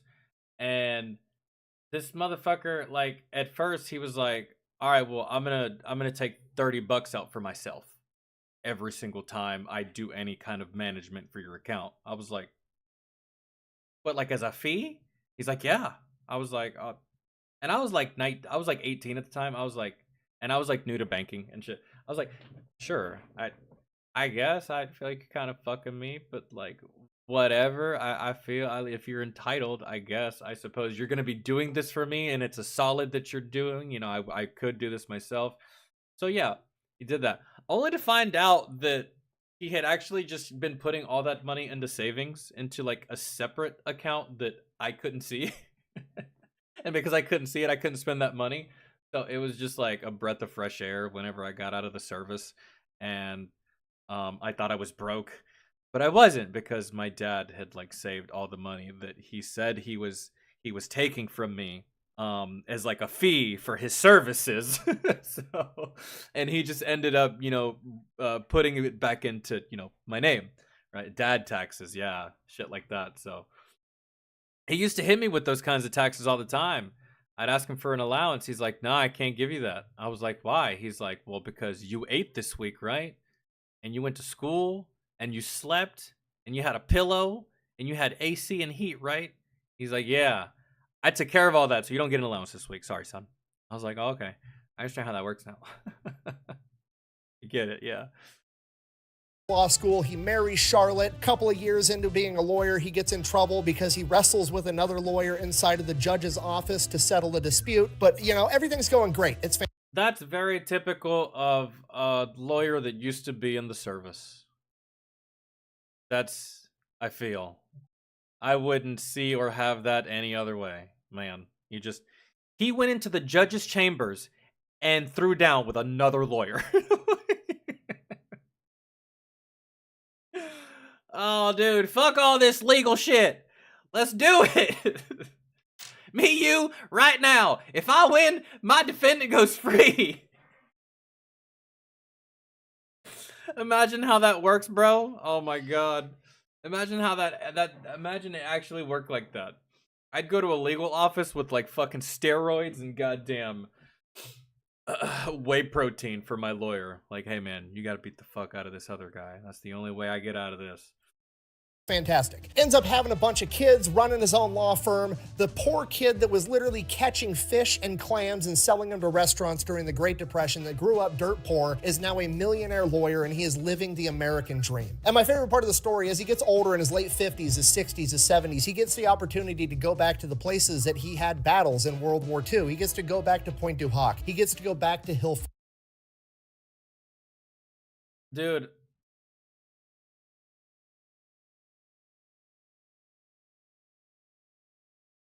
You know what? If I got to, I don't think I would actually, to be honest. I'd have to seriously think about it. If someone offered me the opportunity, like, hey, do you want to go back to all the places that you were at when you were in Afghanistan? All the places that you got into a firefight? Do you want to go back to the exact spot, the exact moment where you got blown the fuck up? Do you want to do that? Ugh. No. Well,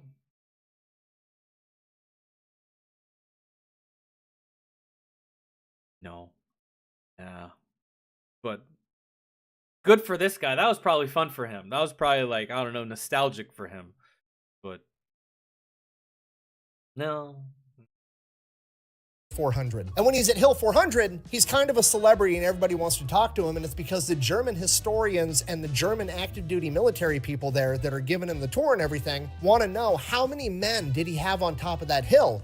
And he's like, not many. Why? And the Germans showed him their books and well, because this is what we sent at you. And we thought that because we sent all of this, that you must have had like a billion people on that mountain. But, no. Yep. We sent like a whole brigade and you just had 50. translated it from their perspective, and up until this point, they had always been under the impression that the Americans had a massive force on top of Hill 400, and that's why the Germans weren't able to retake it. Not only did Lammel's battle tactic work at the time, but it worked so well that he had them fooled for 40 years after the fact. Now, because Hill 400, and by extension, the entire battle of the Hurtgen... The way Germans tell that story is inaccurate, but not on purpose.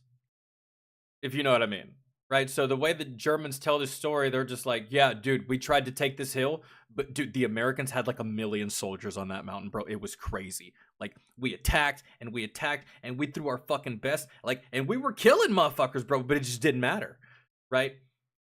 Only for them to find out multiple decades later that it wasn't actually like that at all. There was like the smallest force you could think of. That's what it was. And I can only imagine, like, to their chagrin, right? They're just like, so what you're telling me is that had we just attacked a couple more times, we actually could have beat you? Yep, pretty much. You could have. You attacked 1 or 2 more times, you could have beat them. But that's how it happens.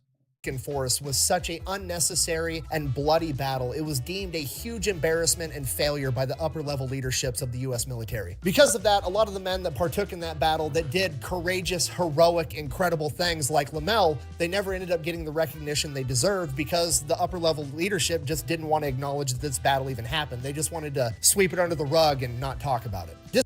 Why? Was there something about this battle that was not so... Why would you want to sweep something under the rug if there's nothing to be guilty of? This seemed like we were at war with the Germans. They had a hill. We wanted it. We took it. They wanted it back. They tried to take it. What is there to hide? What do you mean? It was a big failure in general? For the Germans, right? Not for the Americans. I mean, technically, it was a failure for the Americans because the Americans ended up losing the hill to the Germans after the Rangers got replaced. I don't know if y'all remember that from the story, but yeah. We ended up losing that hill anyways. Oh, yeah, it's... Despite that, over 60 years after the fact, Lammel would... So, I guess they thought that it was a failure because we lost the hill. No, there was a victory in there. Y'all didn't want to talk about it because alluding to the victory of the Rangers would expose the actual failure of losing the hill in general, right? So you tell the story and people are just like, "Oh, that's cool, man," but like you lost the hill anyways, right? And then the Rangers don't even get the credit that they deserve regardless. So maybe it had to be this way so that they could get the just credit that they deserved. Who knows?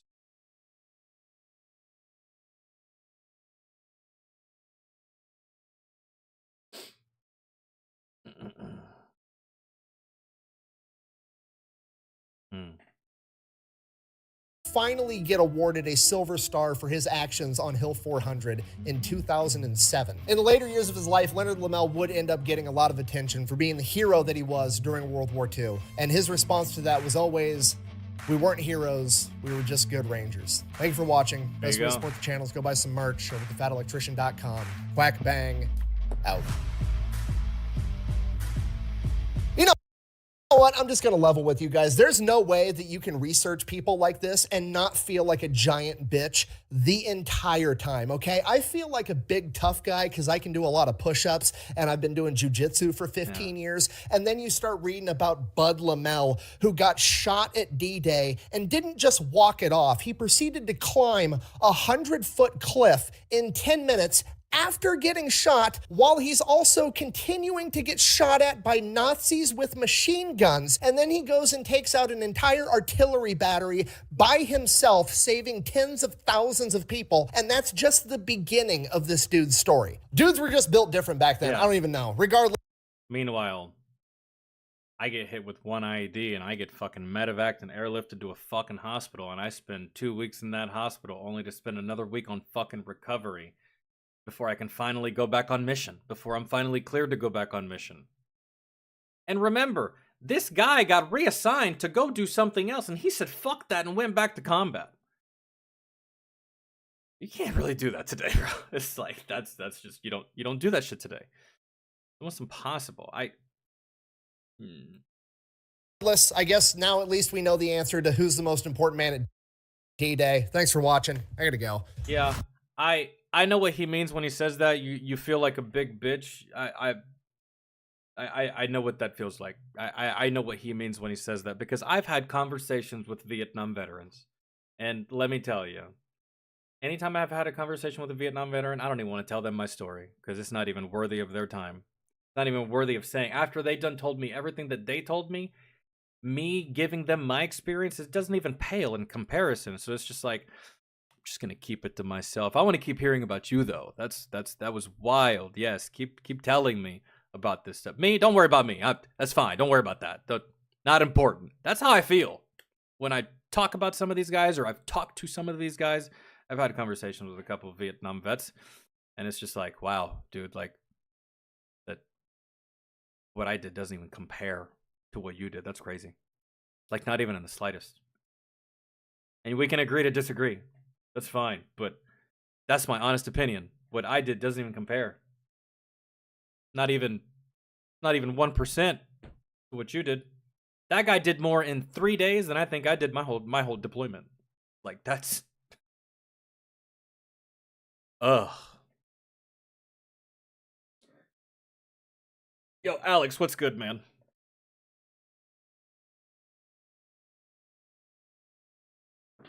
Ugh. Oh, let's see. You used to get away with more shit. Just like in combat in general.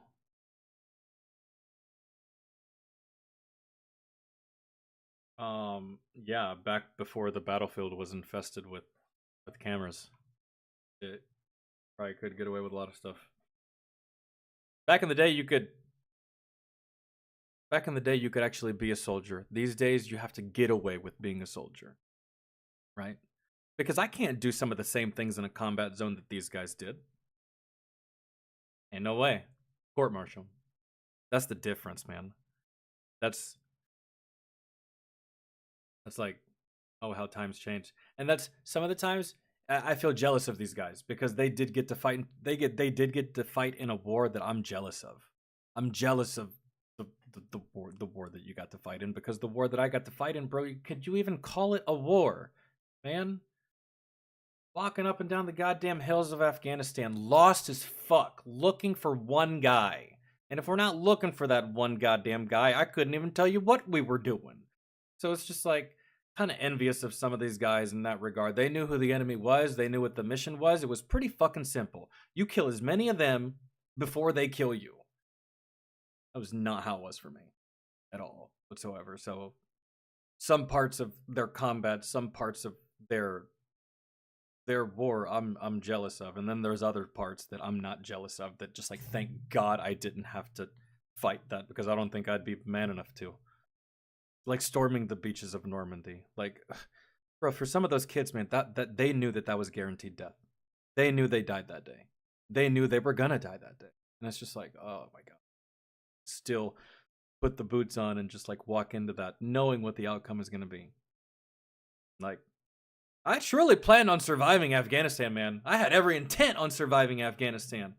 Some of these kids that went into Normandy, bro, like they knew that they weren't making it out of that. They just knew in the back of their head. And it's just like, ugh.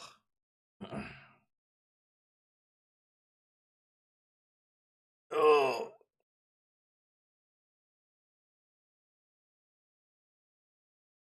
Okay.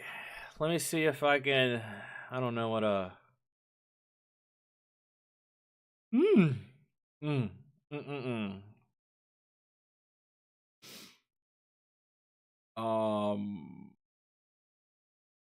y'all want to? God, I really don't want to watch it. I kind of want to watch it, but I kind of don't want to watch it.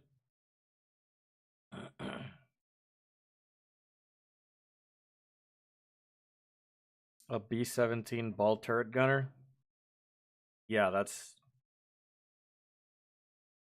So did you guys hear that they apparently found Amelia Earhart? Amelia Earhart finally solved, and it's not good.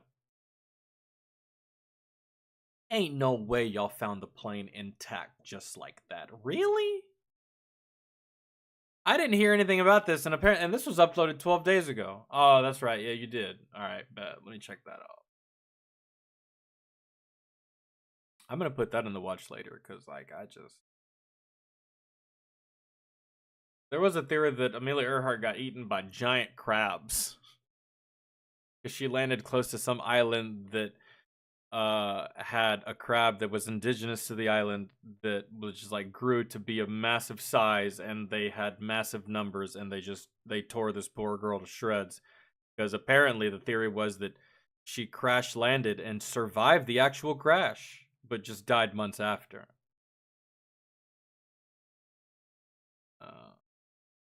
That seems interesting. I might give it a go.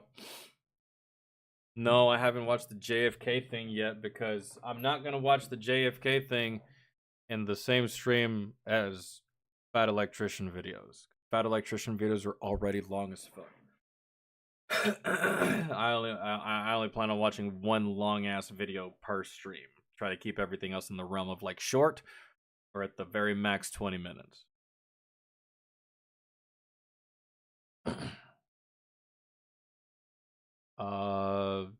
Dustin.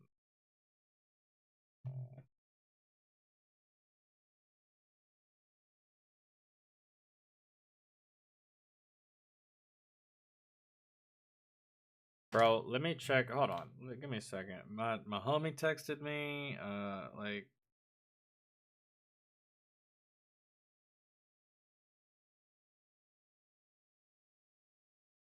What did he say?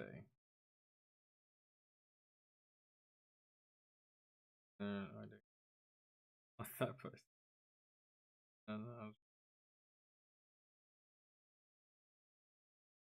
Yeah, there's no way. He finally texted me back. All right. Which one is it? Oh, this one. All right.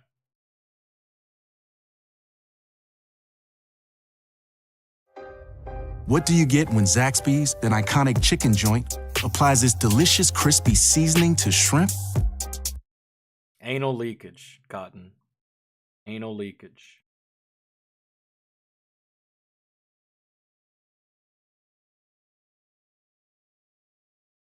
It's worth it though. Zaxby is good as fuck.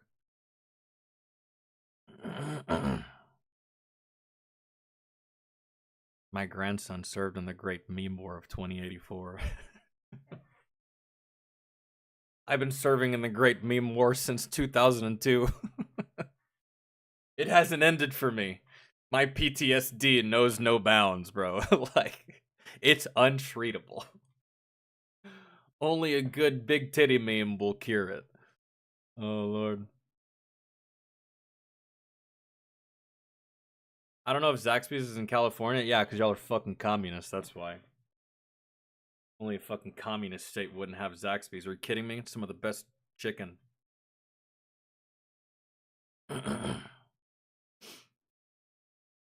Anyways, but I think y'all got Chick-fil-A, so it's fine. I was like, if I had to choose between Chick-fil-A and Zaxby's, that's a hard choice, bro, because Chick-fil-A goes hard, but so does Zaxby's. It's like, I would have to choose both. See, I've never had Raisin Canes before, so I can't give that assessment. I can't give that opinion. I don't fucks with Popeyes, bro. I don't fucks with KFC. Chick-fil-A, Zaxby's. What's another chicken spot that's like not? I've never had Raisin Canes. One of these days, bro. Like where I'm from, there's no Raisin Canes. And I know that they're in Florida, but I don't really go to Florida that often. And there's none around here in my immediate vicinity of Virginia. So I don't fucks with churches either. Bro, just something about the chicken at Zaxby's and the chicken at Chick-fil-A is so bomb. Really? Because where I'm from in Columbus, Georgia, there is no Raisin Canes. And that's like deep south. That's like southeast. Like I live on the border of Alabama. Like I drive 15 minutes west. I'm in Alabama from where I live in Georgia. So yeah, I don't know how deep south you gotta go. Like, where you gotta go to Augusta or like what, Macon or what? Because that ain't where I am. North of Atlanta? Oh no, see, where I'm from in Columbus, it's an hour and a half south of Atlanta. So yeah, there's no Raisin Canes there. That's where I grew up. I feel like I would know, but all right, here we go. Every man secretly wants these three things. Easy. Blowjob, blowjob, blowjob. Secretly. Okay, let me try again. Some. What? There's three sums. Like threesome. I'm just trying to lead into a story. I'm just trying to read into a story. Okay, hell. Enlighten us. What are the three things? Okay, one would be like a montage, like a badass in an action movie, like it's like a highlight reel of your life. Two, men want to talk about their feelings and not be judged for it. And three, a home invasion. I don't know about the montage, and I don't know about the talking about my feelings, but a free excuse to blow a motherfucker away. You got me. That's for sure. That's right on. Wow. What was number 4, man? Your gender reassignment? 'Cause gay. Stop interrupting me. Hey, but first, a montage? Like, are you 5? Nobody wants to see a highlight reel of you eating Uncrustables in your underwear, or scrolling on the toilet till your legs are numb, or trying to figure out how to use Apple Pay on your Obama phone. It's an iPhone SE. No, that's an iPhone BC. Like, you need to call Cricket and see if you can upgrade to a typewriter. Well, I got it because it's retro. Ooh, smells like broke. It's an artifact, okay? A fossil, like you. What was it you said to the cashier the other day when she asked you, why it still had a button on the front of it? I said it was vintage. But then what did you say? I said, can I get 4 on pump 12? I'm sorry. That's sad, man. No wonder you want to talk about your feelings all the time. You was doing that. Remember you was crying in the CVS parking lot the other day? You asked me what was wrong. Yeah, because I was afraid they were out of Plan B pills in there. Yeah, but then you said, do you want to talk about it? I said, do you want Taco Bell? Hey, let me just tell my fucking story. Hey, let me just tell my fucking story. Okay, so guys secretly want a home invasion because that's like our time to shine, Like, we've watched John Wick, and like, you just want to... Okay, stop. You think you're John Wick, you're really Jason Bourne to run. Like a bitch. Hey, shut the fuck up. Shut the fuck up. And I wouldn't run. Not for long, because you slow. I run an 8-minute mile. But I fuck a 3-minute nut. Nobody's impressed, okay? Your knees sound like Rice Krispies when you walk. Kevin McAllister from Home Alone is more threatening than you. That's not even an insult. Kevin was a G. And he's a He's survivor. a pussy. Like, what's your home defense? Oh, I lay Legos out on the floor. I hope they come in barefoot. Anyways, so the other night, me and my girl were asleep, and I hear what sounds like somebody's breaking in. So I flew my hand over her mouth, and I'm like, shh. And I get the shotgun, and I'm like aimed up, right out the door. Well, then what'd you do? Did you start, like, blowing holes through the wall? I just waited. For what? Them to make the first move? You're already dead. Well, like they never came in the room. They were just creeping around quietly. Oh, so they can steal all your shit politely? Nah, you were scared. First of all, wasn't scared. But you have a panic attack over aliens every other week, so you have no room to talk. First of all, that's two separate things. 2024, they were talking about UFOs. I thought there was going to be an alien abduction. 2025, the government wants us to abduct the aliens. And, like, they ain't coming for my landscaper. I love that dude, okay? I'm going to tell him straight up, you got the wrong one. J-U-A-N. You need Jesus. It's pronounced Jesus. Is that who broke in? No, it actually ended up being the Roomba. It was just stuck at the top of the stairs for like 20 minutes. So you were held hostage for 25 minutes by Rosie from the Jetsons. Pussy. I mean, what did it do, just turn itself on? No, my girl's got it on like a schedule for every night. Well, I mean, that's cool. At least she's making sure something's getting sucked off every night. I know, right? What's the floors got that I don't? Hardwood. Okay. Sorry, man. Just let me tell the stories from here on out.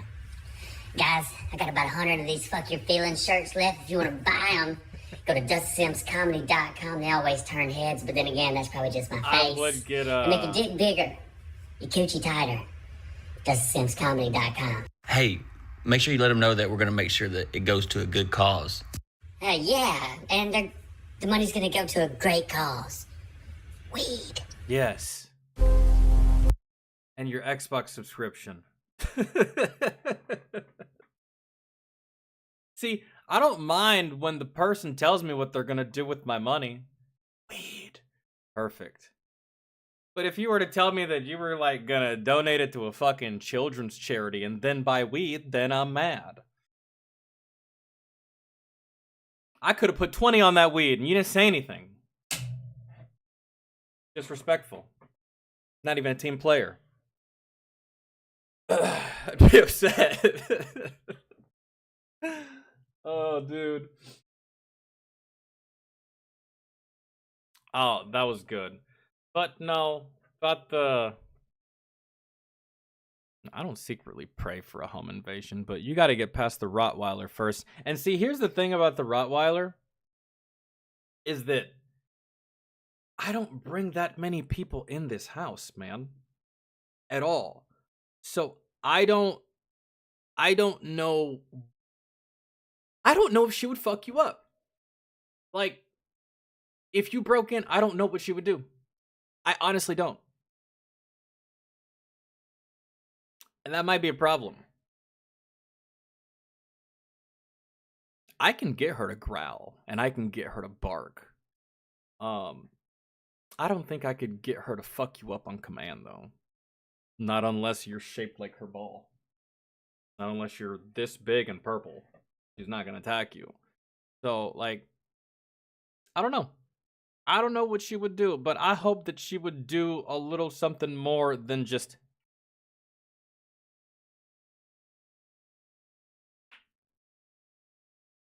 Yeah, we're talking about my dog. My Rottweiler.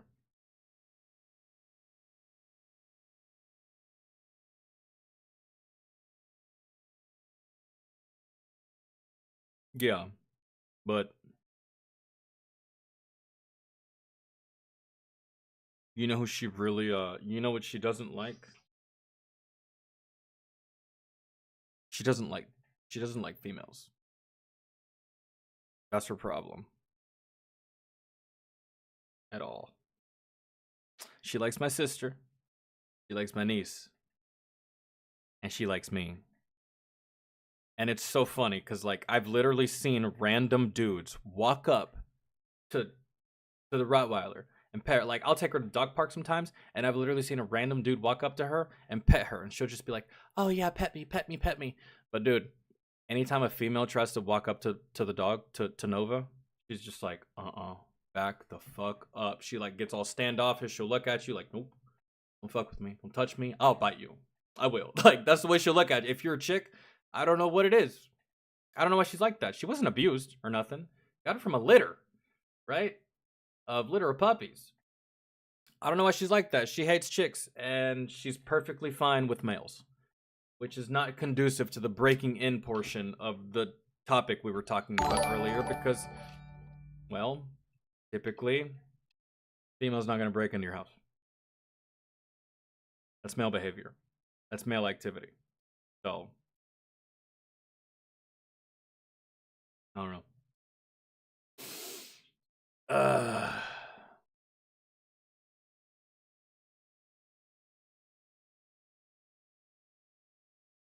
No, I don't know. That I don't know, Desiree, but I know that she doesn't take kindly to other females at all. But other males, she's like, "What's up, homie? You want to pet me? I'm right here. Come on, right here, behind the ear." She's so friendly. When it comes to female, she's like,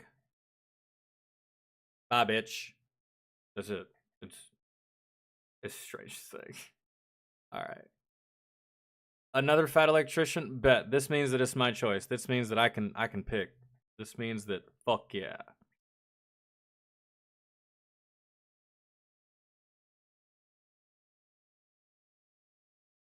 She loves you and she's jealous of attention to females? I don't know. Maybe, maybe not. I don't think so. She's jealous, period. Man. Anytime I show my niece any kind of affection, she gets mad and she gets all up in my face right here. Like, what's up? What's up? I'm here. You know I exist, right? You know, like, I'm right here. I'm like, yeah, I fucking see you. Your big 140-pound ass.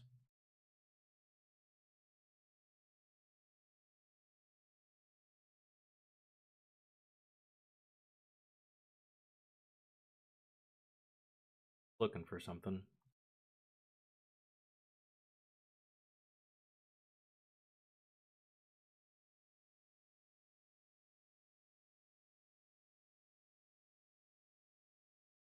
Oh, Steel Rain, we watched that one. I just haven't uploaded it yet, I don't think. The one about Bass Pro Shop? That's the latest in the Fat Files. Yeah, we watched this. Somebody put a fucking crystal skull at the very top of it. The millionaire that bought the pyramid. So people thought that shit was haunted.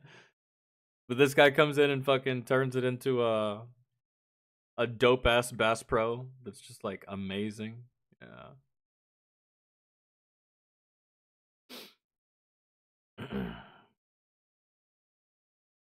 I think we've watched everything by the Fat Files. Let me double check. Because we watched the Coke one. Taco Bell. Little Caesars. The Raisin Cartel. Waffle House. Burger King.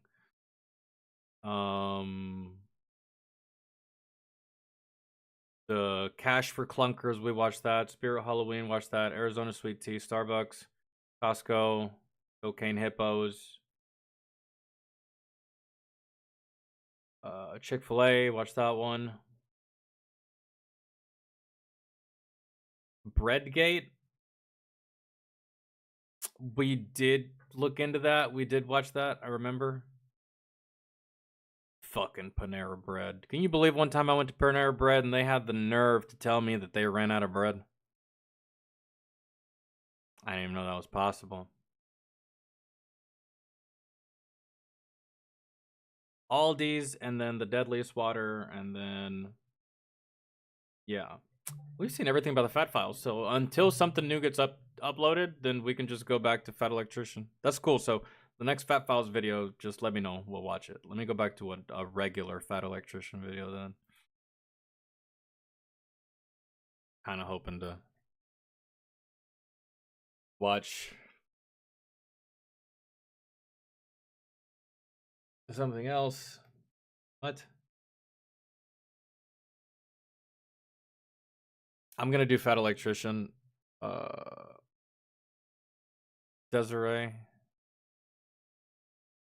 because this was a donation, so maybe afterwards we'll do Dustin. Sorry.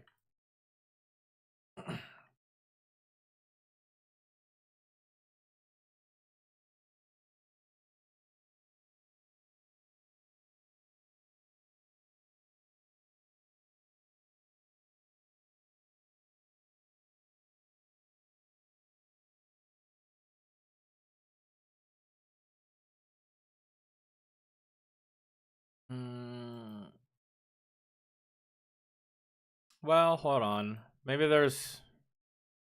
No. Never mind.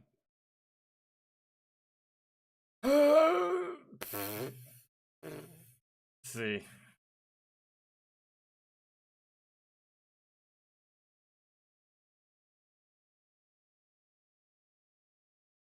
Hold on, give me a second. No, we kind of have to. All right. I don't really have a choice. Let me find something.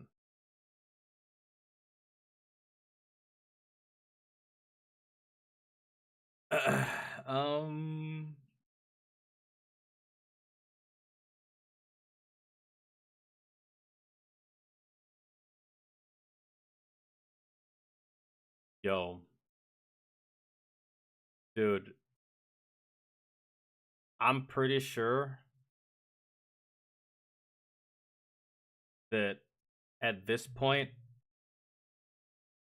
we've done everything. Either on the old channel or on this one. The old channel, which no longer exists. So, hold on. I'm gonna keep looking.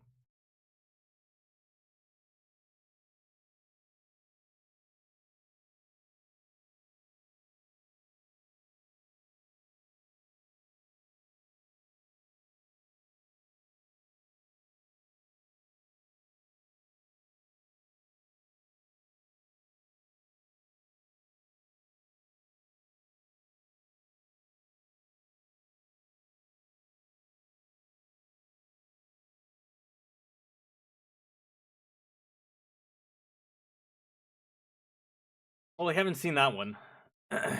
Okay, these are actually some we haven't seen, and these are actually on the shorter end. I know this is gonna kill some of you because it's not insanely long, but this one I haven't seen. Anti-tank dogs and explosive rats. Insane animal weapons used in World War II.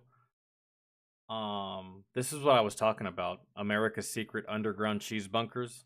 Fucking told you. The Bat Bomb did that. Let's see.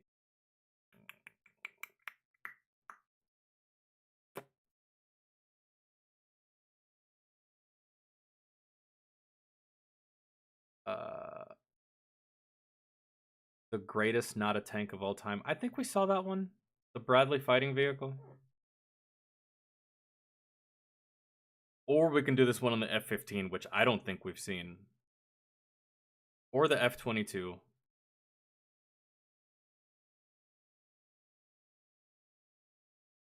Marines outsmart DARPA's advanced AI? Was the AI turned off? I'm sorry. I was just kidding.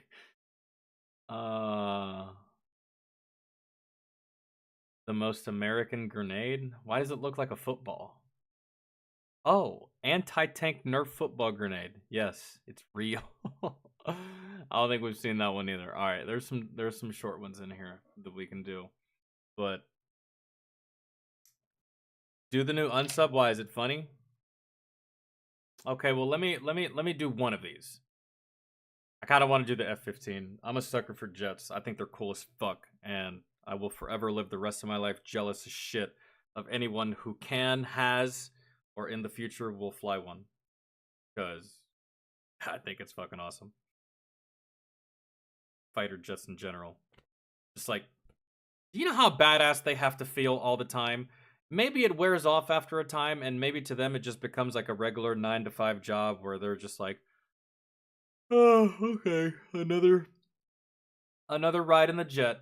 But to me, it's just like, bro, you're riding in a multi-million-dollar, modern, amazing piece of equipment, and you're carrying enough ordnance to take out, at the very least, 7 to 8 small countries. Like, you can't tell me you don't feel like a badass all the time, 24/7, 365 days a year.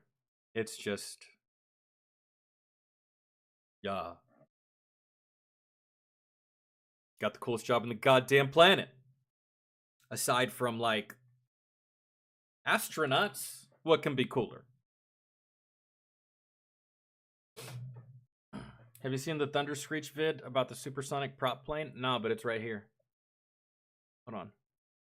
900 sonic booms per second. The XF-84H Thunder Screech.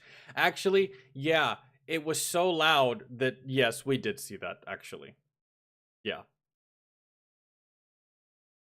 Insanely loud.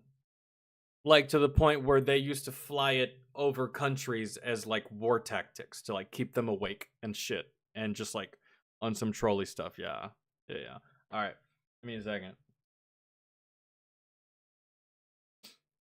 You know what the fuck I mean, Alex. You know what I mean. I mean, technically, they are a part of this planet because they are in geocentric orbit. I think that's what that's called.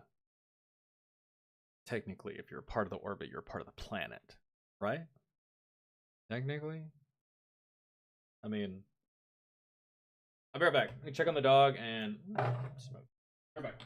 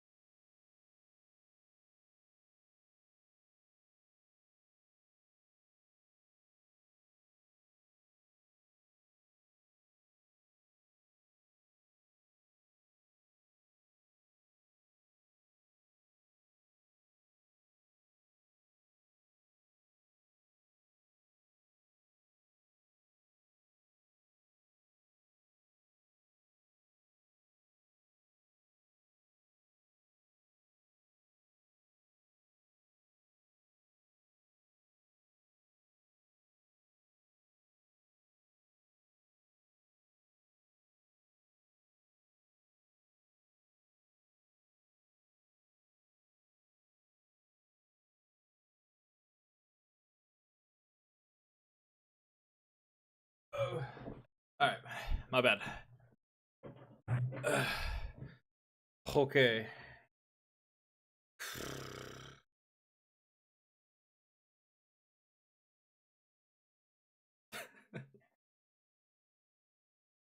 You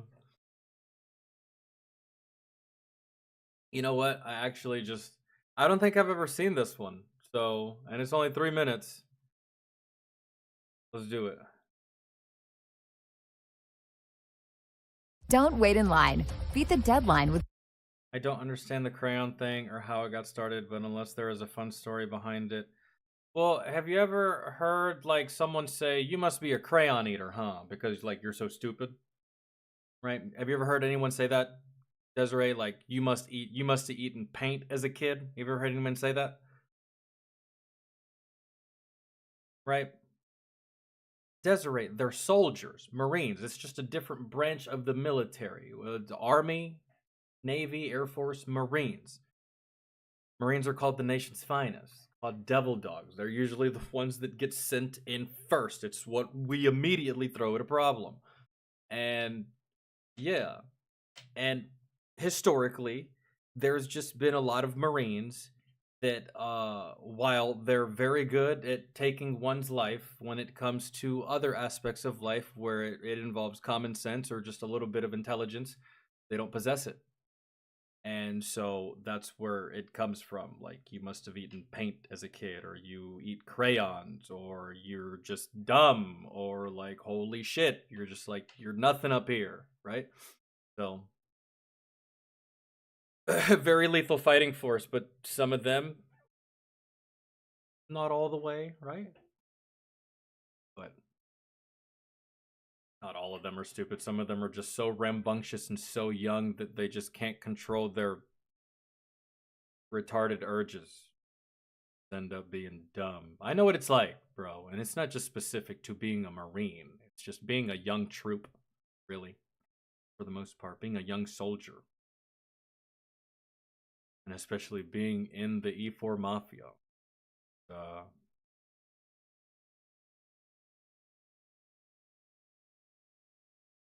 Yeah, it's not like saying anything bad. It's just something funny.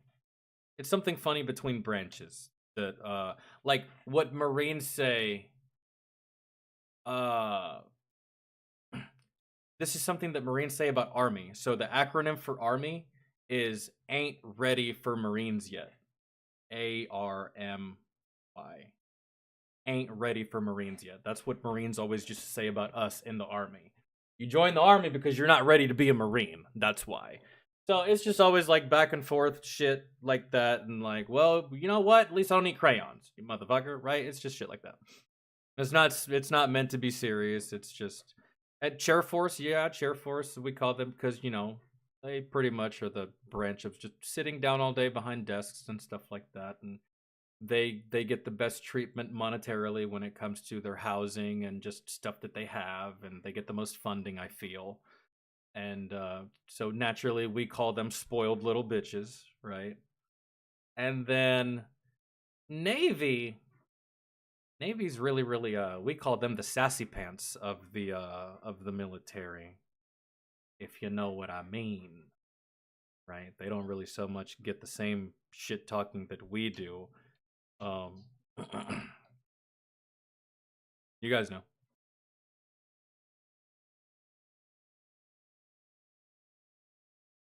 That would be Navy, Ashley.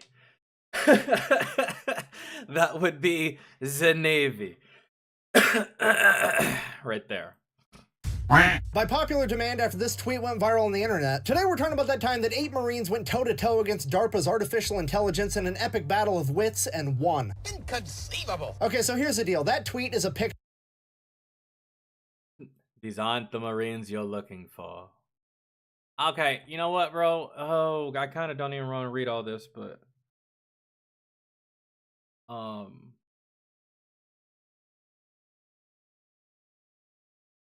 and not to mention like the whole. Well, actually, no, never mind. I'm gonna be completely honest. Most of us in the service don't really use the word semen to make fun of you like civilians do. Like, haha, y'all are called seamen. Yeah, I feel, at least I don't. I just feel like that one's kind of lame. Like, that's your title. Why would I make fun of you about your title? That doesn't make sense.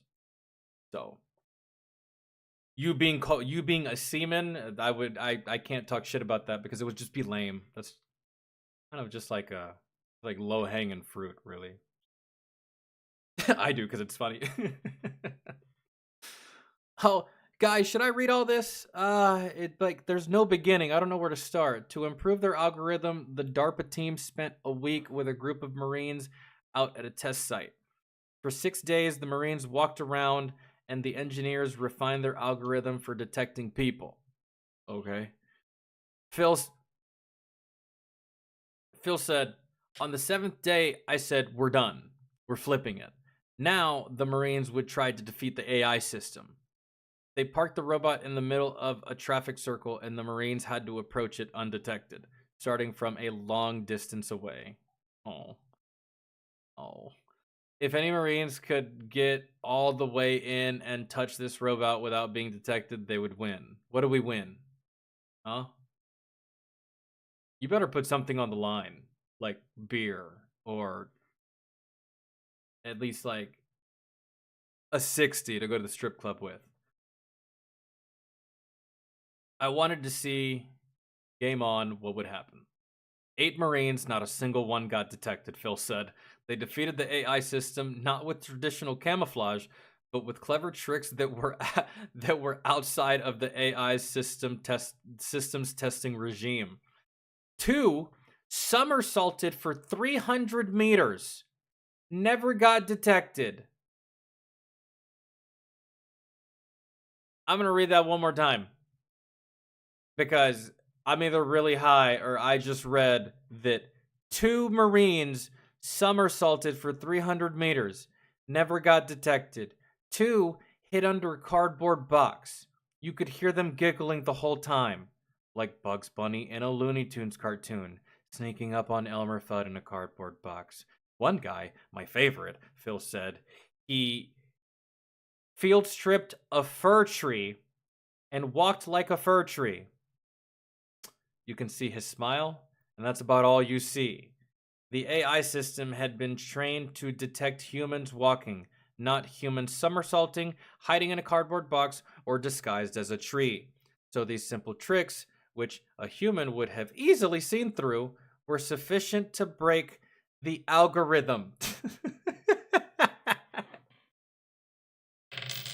Well, you know what? Never mind. I'm so glad I read all of that. That was worth that. Oh my god. Picture of half a page from a book that hasn't even come out yet. That book is For Battlegrounds by Paul Scher, and it comes out next month, February 2023. And I actually reached out and got a hold of Paul to get the whole story, and here's what I found out. Once upon a time in 2019, DARPA had a program known as Squad X. The overall goal of this program was to be able to integrate an autonomous AI with an infantry unit, RoboGrunt. They wanted to make RoboGrunt. Basically, they were going to take an artificial intelligence, shove it inside of a flying drone or a little car drone or inside of a robot dog, and it was going to follow the grunts out into battle and act as an early warning system. Using cameras and sensors, it would be able to identify enemies from way further out than a human ever could. Not a terrible idea. So DARPA got to work, they built the robots, they built the AI, but then they actually had to train the AI how to identify people. And apparently the best way to do this was by just actually doing it. So they brought in 8 Marines for a week to help train this artificial intelligence. And for the first 6 days, it went great. Basically, the AI just watched the Marines walk around and do things a human would do, while the computer engineers helped teach the algorithm what it was looking at. But then on the 7th day, DARPA would make a classic tactical error by challenging the Marines. Apparently, with only 6 days of training, they wanted to see how well their artificial intelligence would stack up against the Marine Corps' 100% organic cran-fed fuckery. I'm gonna give you a hint, it didn't go well. The challenge was they were going to set the robot up out in the open, and the Marines had to start from like 1,000 yards away, and they had to sneak up on the robot and touch it without ever being identified as a human. I truly want to shake the hands of the Marines that somersaulted for 300 meters because, like, that is true fucking dedication to this experiment. You know how exhausted I would be somersaulting for 300 meters? And they did it just to prove a point. As soon as they said go, the first 2 Marines took off doing somersaults for the entire 1,000 yards. They made it all the way to the robot completely unidentified. And I can only assume that it is at this point that the computer engineers realized that they were going to have a bad day, because it only got more ridiculous from there. Another Marine went out in the woods, stripped all the branches off of a fir tree, dressed himself up like a tree, and then slowly, and I quote, walked like a fir tree all the way to the robot. And then my personal favorite example, 2 Marines found a large box and then proceeded to do the old Metal Gear Solid trick where they use the Amazon Prime print camouflage to sneak all the way up to the robot and touch it. I can't believe that's actually a thing. According to the author, you could actually hear them audibly giggling from inside the box the entire time. And this raises one very important question. How mad were these engineers? So I asked the author. As fuck. Well, in this case, I mean, it's a DARPA project, so it's just experimental, and they're trying to push the bounds. I don't know, I can't speak to the engineers. I mean, they might not have appreciated it. Maybe they did appreciate someone highlighting these problems. The program manager who relayed the anecdote to me was really pleased because they learned something, right? They learned about the limitations of the system, and you really much rather find... Yeah, the limitations of your system is that it's not fucking marine proof. That's the limitation. You got to make it marine proof. That thing sucks, man. Holy shit. Find that out in a training environment than when you do it overseas in a war zone and the enemy does it. But you know, it's good that they found it out early rather than later. Before they'd invested hundreds of millions of dollars. Yeah. Okay, fine. Well, if he's not going to speak for the engineers, that leaves it open to my interpretation, and I think it went something like this. I hate them. In conclusion, I think the big takeaway from this story is that artificial intelligence is nowhere near ready to go toe-to-toe with the American grunt on the battlefield. Because regardless of how— I'm sorry, bro, but like, that AI in particular, I don't even think that's ready to go toe-to-toe with any soldier around the world. Not just our Marines, man. I would go as far to say that A&A stands a chance here. I feel.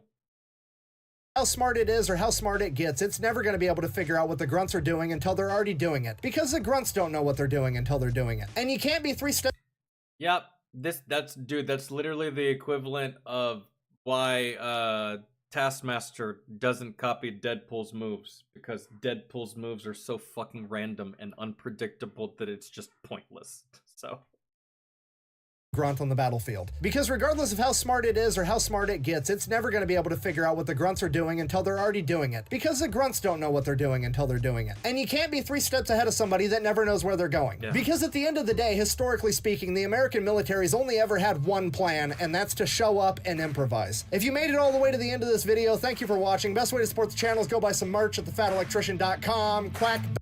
Fuck yeah.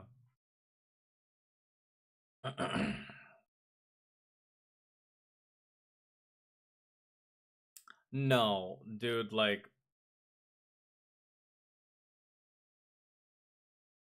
AI is as good as it can be right now, but you're right, Steel. I feel like there's a lot of people that think of AI and they think of the movie Eagle Eye with Shia LaBeouf. Remember that shit?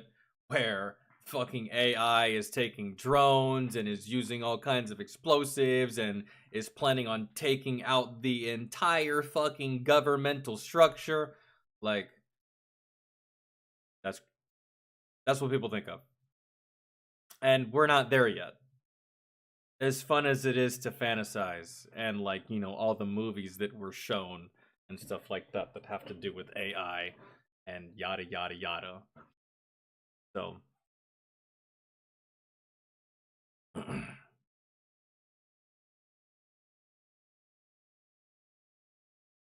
you know, I still haven't seen Ghost in the Shell.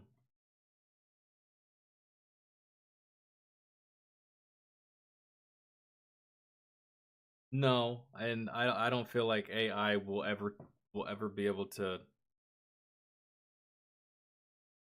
I don't know. Dude, have y'all ever seen Ex Machina? Pretty good movie about AI if y'all are into that genre, which I am. I saw Ex Machina for the first time like a year or two ago, and I really enjoyed it. It's super good.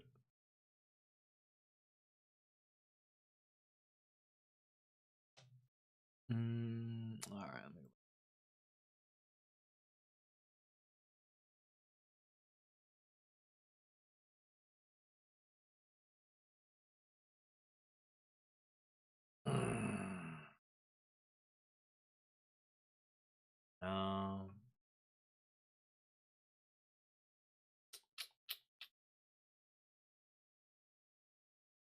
What was it? Desiree, you still here?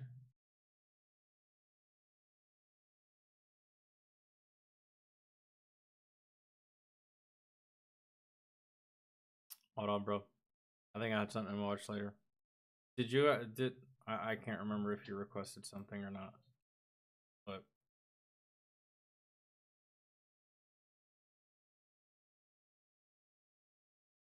I'm definitely not watching. I will watch this though. Real quick. It's only a minute and a half.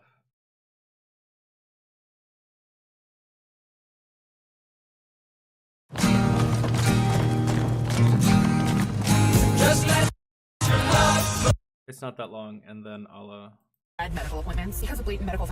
hold on.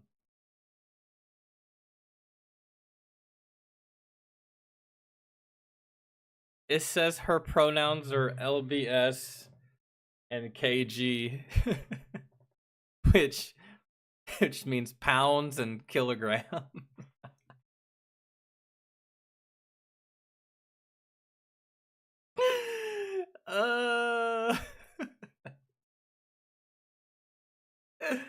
Yo, be nice. I often dread medical appointments because of blatant medical phobia. This OB appointment that I just went to, the provider was amazing. She asked me what my pronouns are. And then you ate her pronouns are obesity. Her pronouns are all you can eat. And she identifies as hungry. Were you crying out gravy? Crying out gravy. Chinese phone book. Her pronouns are finger licking good. Pronouns are nom nom. Jabba the Hutt, we meet again. Necklace behavior. Pronouns are she ate them. Wait a minute. Yo, whoever said necklace behavior is wild. Hold on. Someone. Oh, dude, the neck jokes are gonna kill me. No. No. Chinese phone book. Her pronouns are finger licking good. Pronouns are nom nom. Jabba the Hutt, we meet again. Necklace behavior. Pronouns are she ate them. Wait a minute. This is next level stuff. Hold on. Hold on. Wait. Necklace behavior. Pronouns are she ate them. Wait a minute. This is next level stuff. Hate from Houston, it's okay, girl. Keep your chins up. How the fuck did they find a vein to draw blood? Her pronouns are LBSKG. That one's wild. Her is delayed, it's turning Chinese. For fuck's sake. Feminist lesbian. Yo, that one right there with the extended note with Chinese. That shit hits. Oh man. Pronouns are LBSKG. Yo, this is like. It's turning Chinese. For fuck's sake. Feminist lesbian. This shit gave me like fucking Imagine Dragon vibes. Turning Chinese. For fuck's sake. Feminist lesbian Peter Griffin. Is cholesterol a gender? Call up the destroyer. Her pronouns are last chair bender. She speaks in heartburn. Thanos was right. Her pronouns are 354 funk.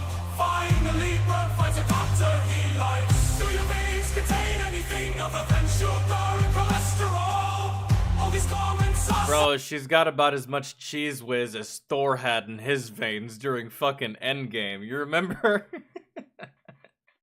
Do you have any idea what's flowing through my veins right now? Cheese whiz? Yeah, that's this girl right here. Fucking maple syrup in her blood. Finally, Bert finds a doctor he likes. Do your veins contain anything other than sugar and cholesterol? All these comments are so mean, though I bet she loves her all. Science.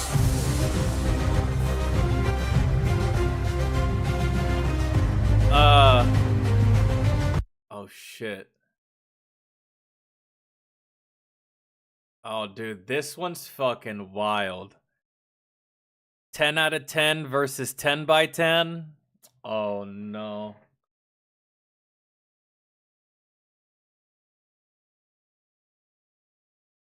Oh, this dude right here? Yeah, dude, I can't remember. I don't know if we watched this one. I honestly can't remember.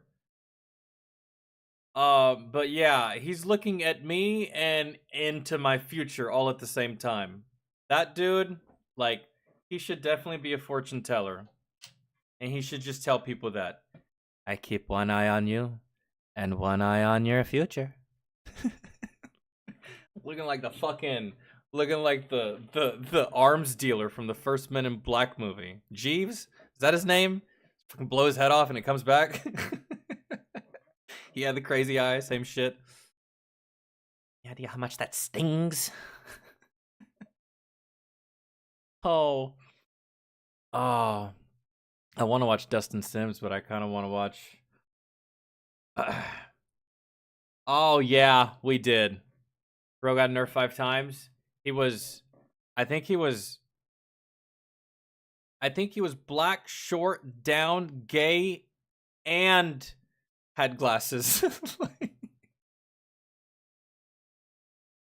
It was something incredible. It was like, I was like, holy shit. Homie's about to get every scholarship known to man. Oh my god. Oh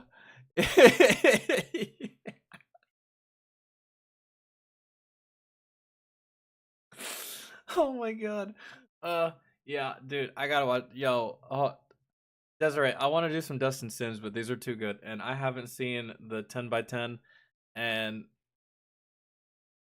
bro, I think we saw Dude Can See in 360, but I think we've seen If She's Down. We have seen that one. And then this poor girl, her comment section is always a fucking tragedy. All right, we gotta do this.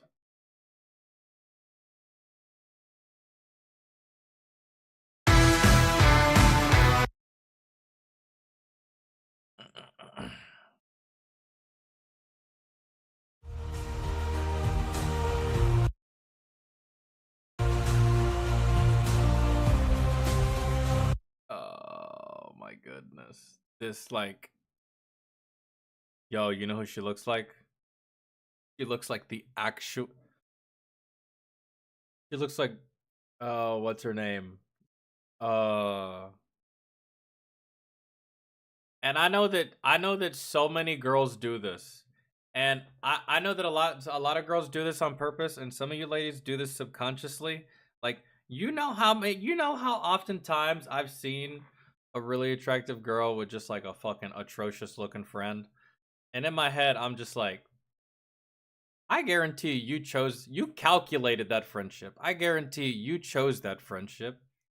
You're not going to choose to be friends with all the other bad bitches because you might get overlooked. Nah, you're going to come over here and be friends with fucking Stumpy so that you can stand out. I know what you're doing.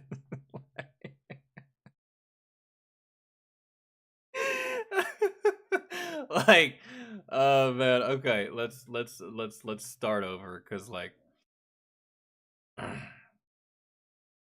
I just met a pro-Trump Canadian yesterday, and I was like seeing a majestic rare animal. Bro, you should have taken a picture with him for posterity, so you could show people in the future like proof of what you saw, cause they might not believe you. Oh man. Like, hey man, can we take a picture and can I get your name and number so I can call you maybe like 10 years from now when I have something to prove? Like...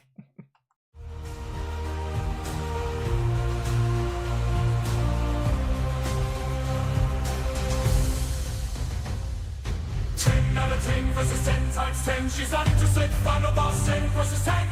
10 out of 10 shots. She's gonna eat you. One's a 10, the other's a 10. 2 hours away from a heart attack. Always the freaks guarding the snacks. Nausea tongue 618. 10 on the Richter scale. She said she's guarding the snacks. Out of 10, it's a 10 versus tongue. Fouls has a snap twice for this one. Oh my...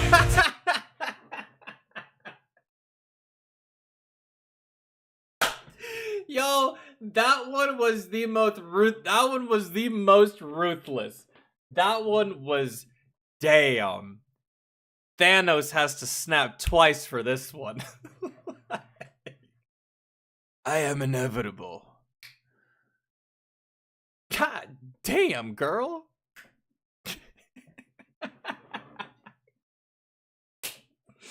I don't know, I had to do her twice. It's crazy.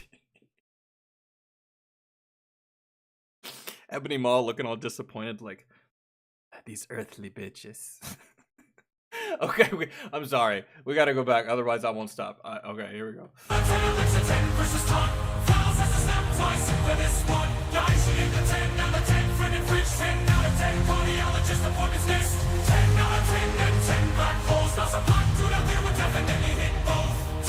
Facts, though.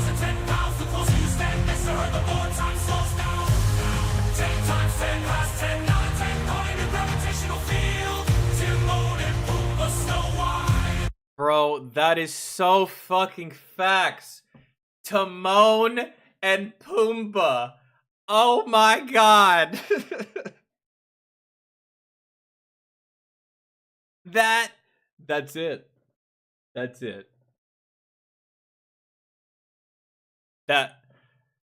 Oh, I don't know which one wins. There's some good ones here. There's two here that are like fucking S tier.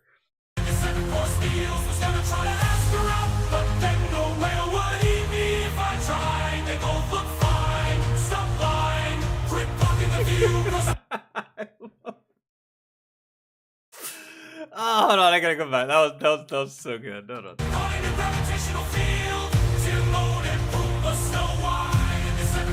Snow White and the 7-course meals.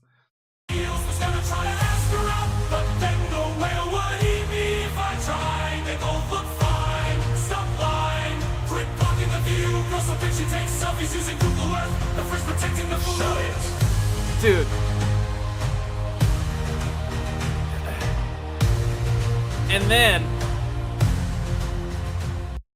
And then, what's even worse about this is that, bro, some of us can't escape this. We just can't. Because usually this is the case when you're young, when you're younger, like between the ages of 18 and 25. Because I'm not engaging in this kind of behavior today. But like, when you're young and you have a best friend that like you owe a favor to, and he's got this girl that he really wants to go out on a date, but she's not gonna go without her friend, and she wants you to bring someone for her friend, but her friend is that, and you're just like, no. And he's like, come on, man. Remember that fucking one time I did you that solid and you were like, whatever you need, I'm fucking cashing in now. And you're just like,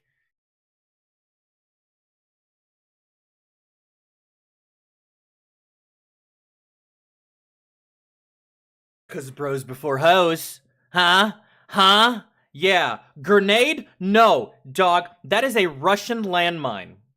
Fuck a grenade. Are you kidding me?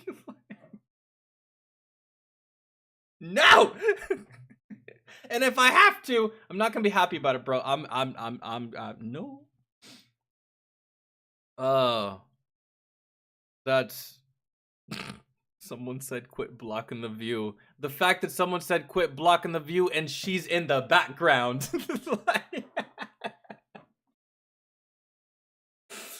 Bitch still blocking the view and she's behind her. Oh, let's see if there's been any new videos, because like these were just like thumbnail stuff. Oh no, that was new. That was 3 days ago. There was a new... No, I don't want to do any more. Those are usually just like... Oh. This one got nerfed twice. I think I saw that one. I'm not sure.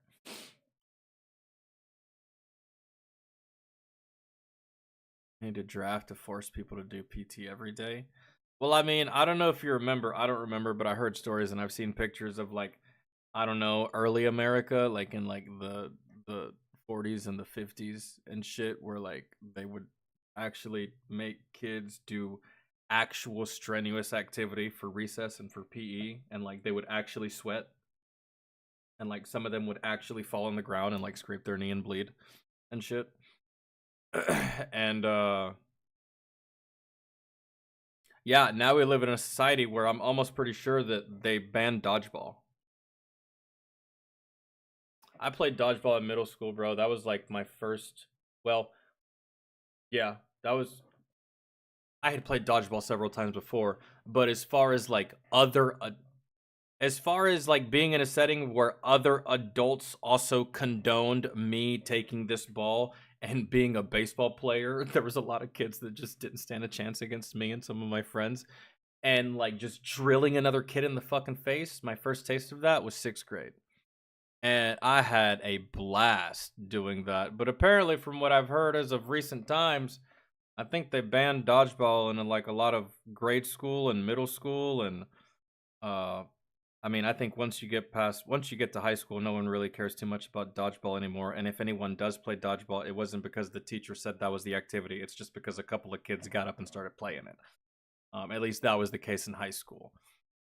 But in middle school, they actually like put us on teams and shit. Like the fucking gym coach would be like, all right, spread out, pick teams, pick wisely, because if you suck, you're gonna get hit. And that was it. And we played and we drilled each other, and it was so much fun. And it was like, it was good. I remember a super chunky guy in basic. I pushed his ass and he slimmed down and made it. Oh, dude, we had quite a few chubby guys in basic that arrived chubby and left skinnier than me. For real. Like we had this one dude that clearly weighed way more than he was supposed to weigh coming into the military, and the drill sergeant was like, "What the fuck is your problem? Why are you here? How did you get here?" And the soldier was like, I have no idea, drill sergeant, but I do plan on losing all this if you let me.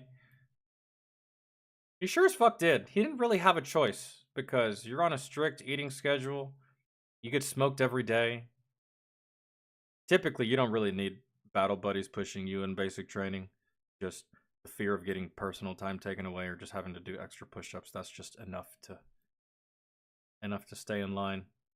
And you know what was funny is like we had one dude at my unit at Fort Stewart who was skinnier than I was. Probably looked like he was in better shape than me, but couldn't pass his PT. What could he not pass? The run. He could do like a bagajillion push-ups, and he could do like a trillion sit-ups. Matter of fact, I think he set the record for those two categories in my platoon. Couldn't run. When it came to the run, he's just like, I don't know what happened to that dude. He just could not run. And I was like, bro, this is a problem. If you can't run, then I hate to tell you, but I don't really want to do shit with you. But turns out I think he was just lazy, because I saw him run when we were deployed, and he was much faster. Like in certain situations when we were deployed. So, I don't know. I think he might have just been lazy. As fuck. What the fuck is personal time in basic training? It's like time to shower and shave and brush your teeth and take a shower, and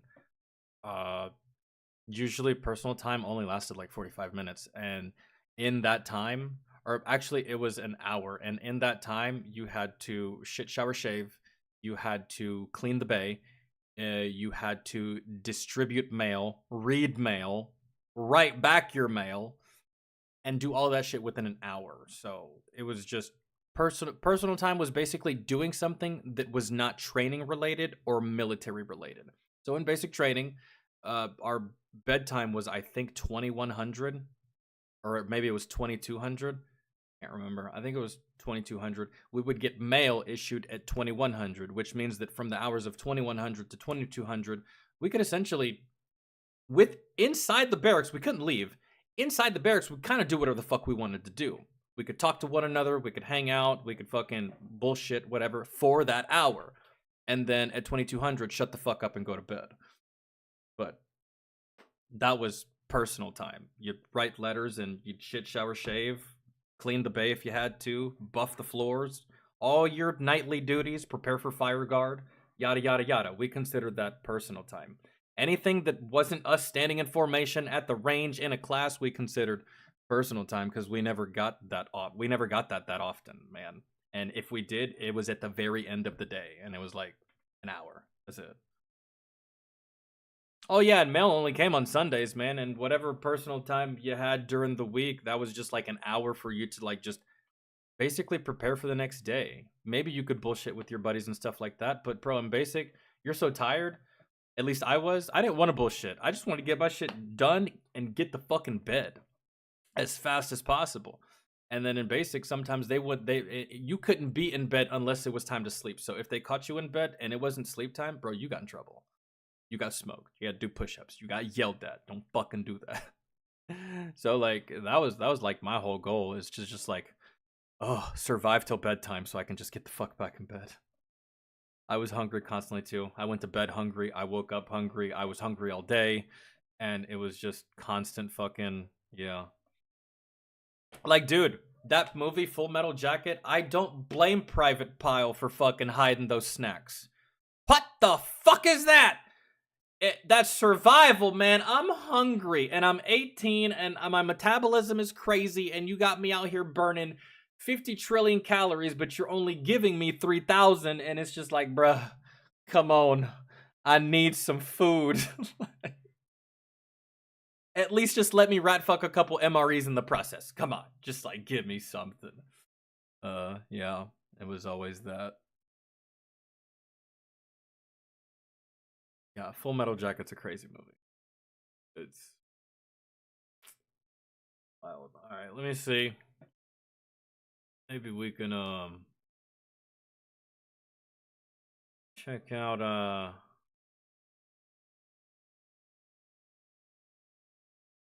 oh shit, Fail Army. Bad Moms and Dumb Dads. Do y'all want to watch that? Were we all at Fort Benning or what? No. Dude, I have the very distinct, unique pleasure of doing my basic training at Fort Knox, Kentucky. They no longer do basic training at Fort Kentucky. They're technically supposed to give double rations if you're underweight, but you have to make a stink, and then they make you eat double rations. Yeah, but making a stink in basic training, that's not the way to go. And then I did make a stink when I got to my unit. My first unit, the 173rd, they weren't feeding me enough. The dining facility was not feeding me enough. And I brought it up with my first sergeant. And I was like, First Sergeant, I was like, I'm not getting enough food. And I was like, so since I'm not getting enough food at the dining facility, whatever money is being taken out of my base pay via my LES, whatever money is being taken out to go to the dining facility, can that money just go to me and I can purchase my own food? And he said no. And I said, why? And he said, because it doesn't work that way. And I was like, well, what if we could make it work that way? And he said, Falcon, that is beyond my reach. I can't do that for you. That's impossible. It has to be this way because that's the military making sure you get fed. I was like, but First Sergeant, I'm not getting fed. That's what you're not hearing. I'm not getting fed. I'm so hungry. They have this bullshit where if I get this, I can't get that. And if I get the vegetables, I can't get the bread. And if I get this bread over here, I can't get that. But I want all of it because that's how hungry I am. And these motherfuckers won't let me have it. And it's just like... it killed me, dude.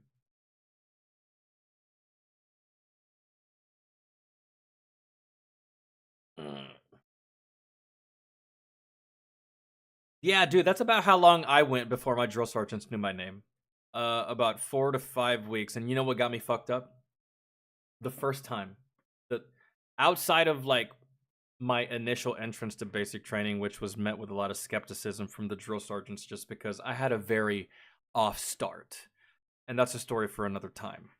But around week 5, my ass got a little bit too comfortable, and my drill sergeant was handing out papers, right? We were in the bay, toes online, right, in the bay, and he's handing out papers, and everyone's standing at parade rest, and I'm not really paying attention, bro. He's talking, I'm listening, I'm taking in the information, and then as I'm doing that, I find myself kind of just like leaning back with my paper.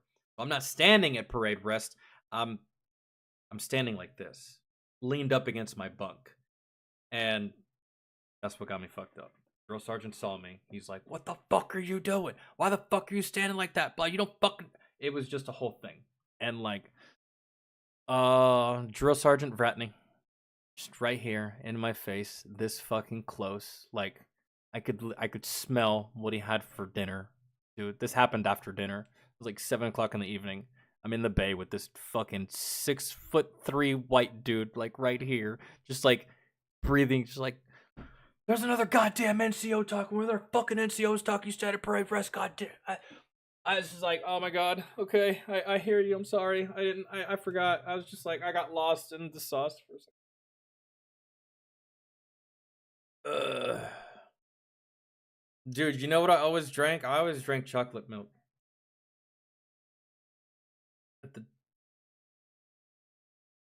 With Asana, AI teammates are here to help. Dude, I might not be able. Hold on, I might not be able to watch this.